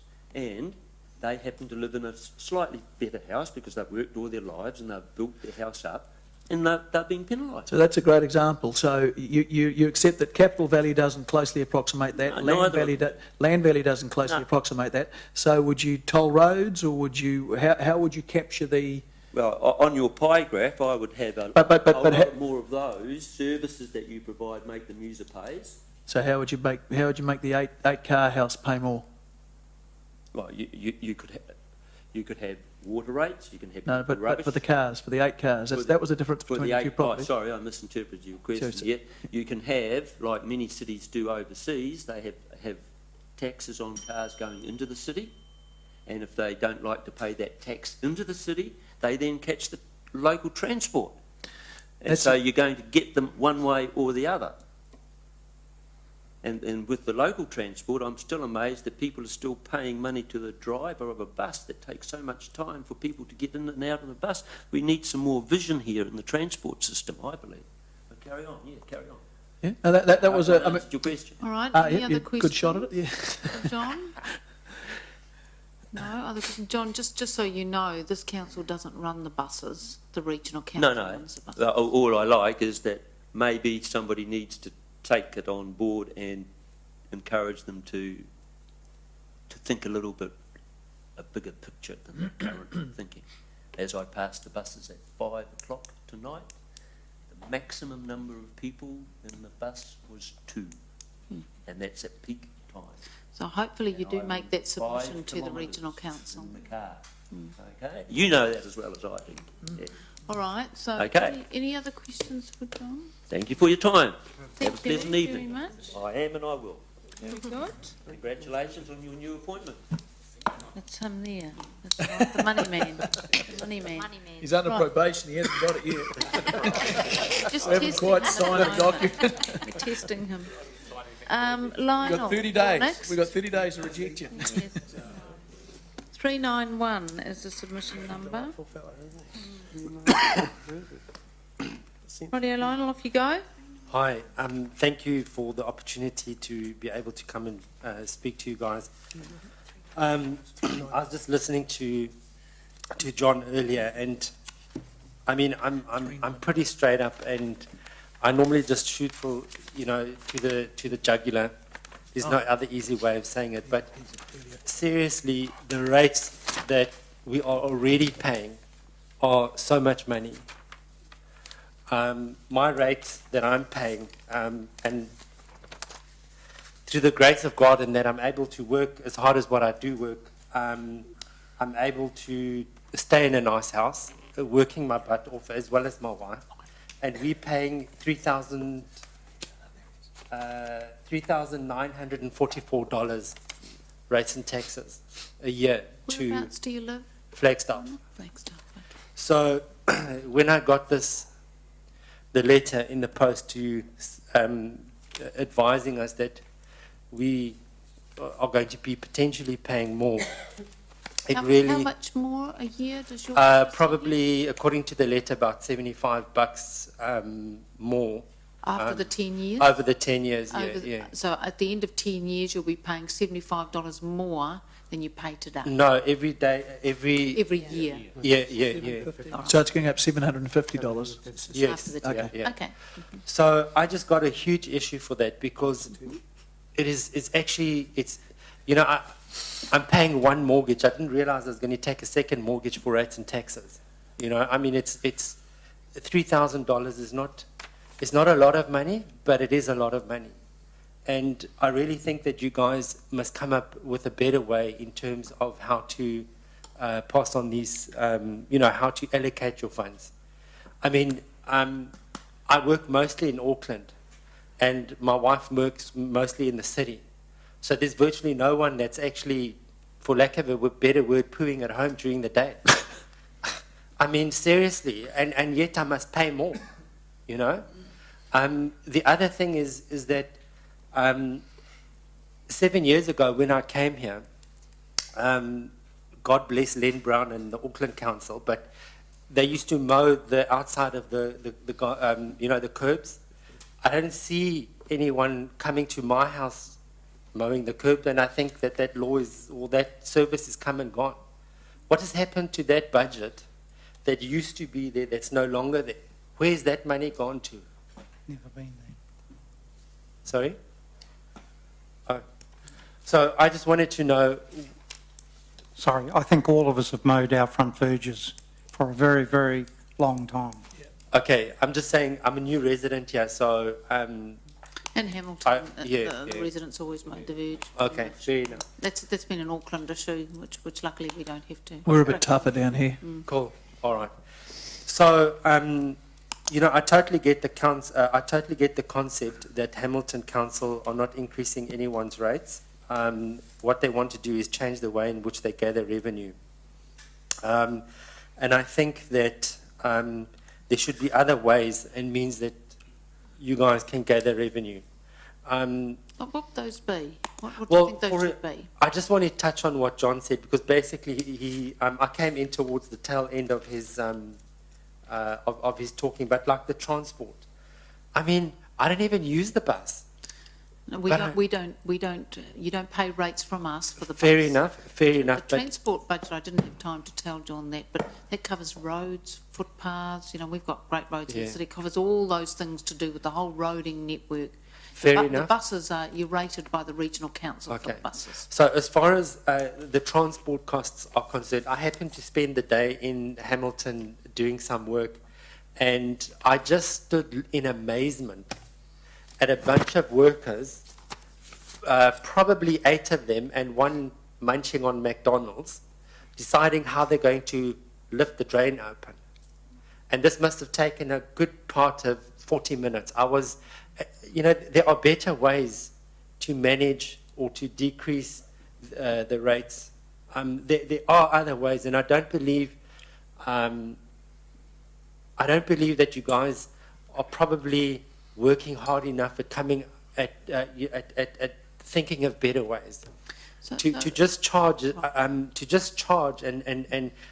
change the current system is not fair. So I think what I'm hearing you say is that it's how much you pay and whether we're efficient with your money is really your issue. And is that it?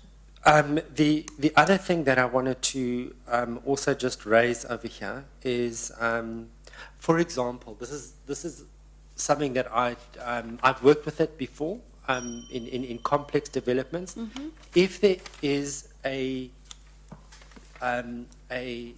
for lack of a better word, a poorer area, Mm-hmm. or not a less developed, an area that is not as new as where I'm living, why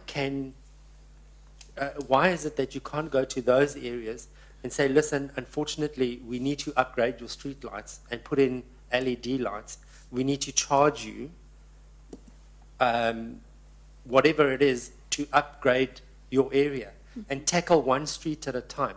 At the moment, a lot of us in our area probably are feeling that we're having to subsidize the older areas by the changing of the system. And I also don't understand why it is that you're changing what actually seems to be working quite fine. Okay, all right. So I don't think you can say new area, old area doesn't pay as much rates. I don't think that's not a true statement. It's based on the value of your property. Yes. And in some of the older parts of Hamilton, the values of the properties are significant. So it's not we haven't gone out with a map and identified new area pay more. It doesn't work like that. It's based on the valuation of your property as a whole. And there are many older parts of Hamilton where the values of their properties are significant. Yes, I know that. But there are also older parts where really need attention, That's right, that's true. Yeah. Now, any questions have we got for Lionel? Councillor Mallett. Same old. Thank you very much, Lionel. Trying to tease through what you're presenting to us. I'm thinking you're saying to us that I'm not too much. happy. irrespective of how we arrived at that figure, you're not happy with the rates increase? I need to understand why it is that you're changing something. What the council has tried to do, rightly or wrongly, I think, has been to more closely align the rates you pay, so it's closer to the services that your property happens to generate. And the way we've measured how many the value of the services your property generates is based on the total value of your property instead of just the land value. So that's broadly speaking what we've tried to do. Do you think there's another way or a better way of rating your property? I mean, and you can argue that land versus capital is not accurate, and I agree they're both not accurate. But I think. So if they're not accurate, why would you want to move forward on something that you're actually not sure of? I guess one of the positions is that capital value, although it's not accurate, it's less inaccurate than land value. I just come back to that thing that none of us are sure, if you know what I mean. None of us are sure, and it's really a lot of money. You know, I don't believe that we're paying the. I mean, I think $2,944.71 is not cheap rates. You know, I don't know what any other lesser rates in any other areas. If anyone's got any ideas or knows what one pays in other areas, I'd be keen to know. I mean, the rates there'll be people around this table that pay considerably more than that. They vary right across the city. Do you know what the value of your property is, Lionel? Capital value point? 640,000? Yeah. Okay. So that's a fairly significant valuation for Hamilton, well above the sort of average house price. Yeah. Now, are there some other questions for Lionel? Yeah, if I did the scenario, take 640,000, but just say that on a less, same capital value, right, all up, but the land was worth more because it was larger, and they were paying, say, 5,000. You see what I mean in terms of, and I think Councillor Mannett's just talking about an issue of equity and fairness, because basically both properties are worth the same. It's just how you distribute the worth, if you like. Because one has a higher land value, but the house is cheaper.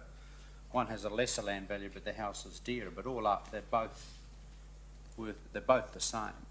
I hear what you're saying, but I think if you, I think one should actually dissect this and actually charge for. I mean, I've also been trying to come up with ideas to try and help. For example, there are massive as houses around here. Why don't you charge per toilet?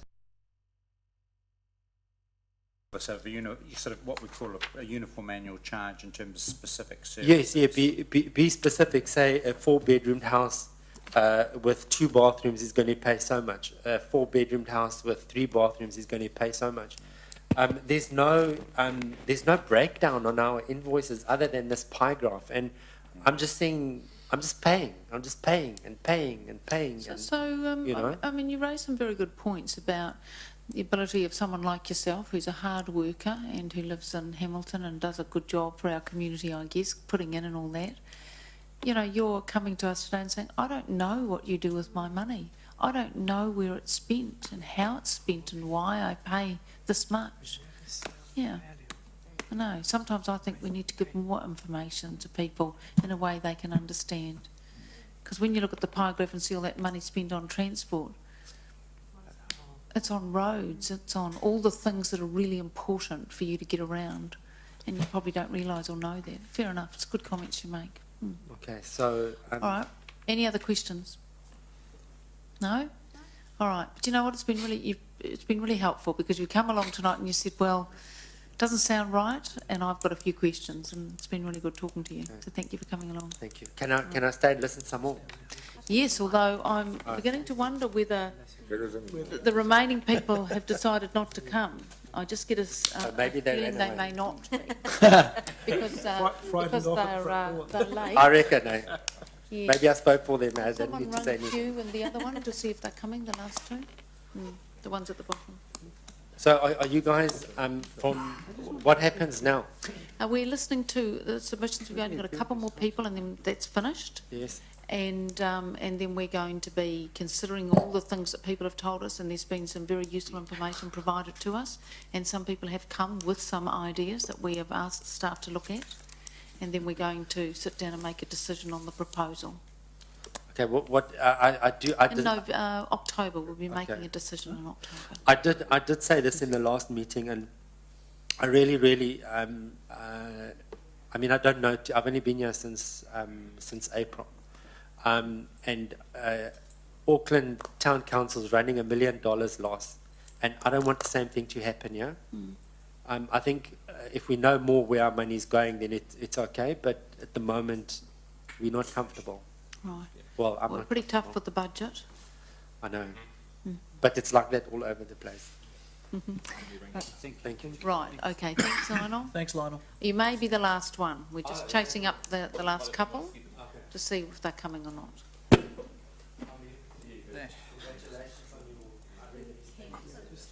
Yes, I'm not surprised. The last submitters seem to have cancelled, and there is one that we haven't been able to get hold of, but he was due to be here to speak at 7:30, and they were asked to come 15 minutes early. So I think we're taking it that there are no more submitters. You'd say the last submitter has submitted. The last... They have submitted, they've given up.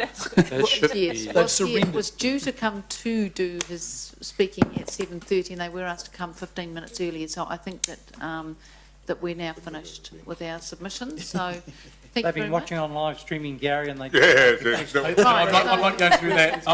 So, Fire engine out there. Been through the gates of hell. I will now end the meeting, and I just do want to thank John and Richard and Aaron and the team and everyone, and thanks Jude and Wendy, because they've stayed late and they've done a really good job. So thanks very much for everything you've done as well. Thank you very much. Thank you. It's offline already. Oh, is it offline? Yeah, offline, yeah. You sure? Yes.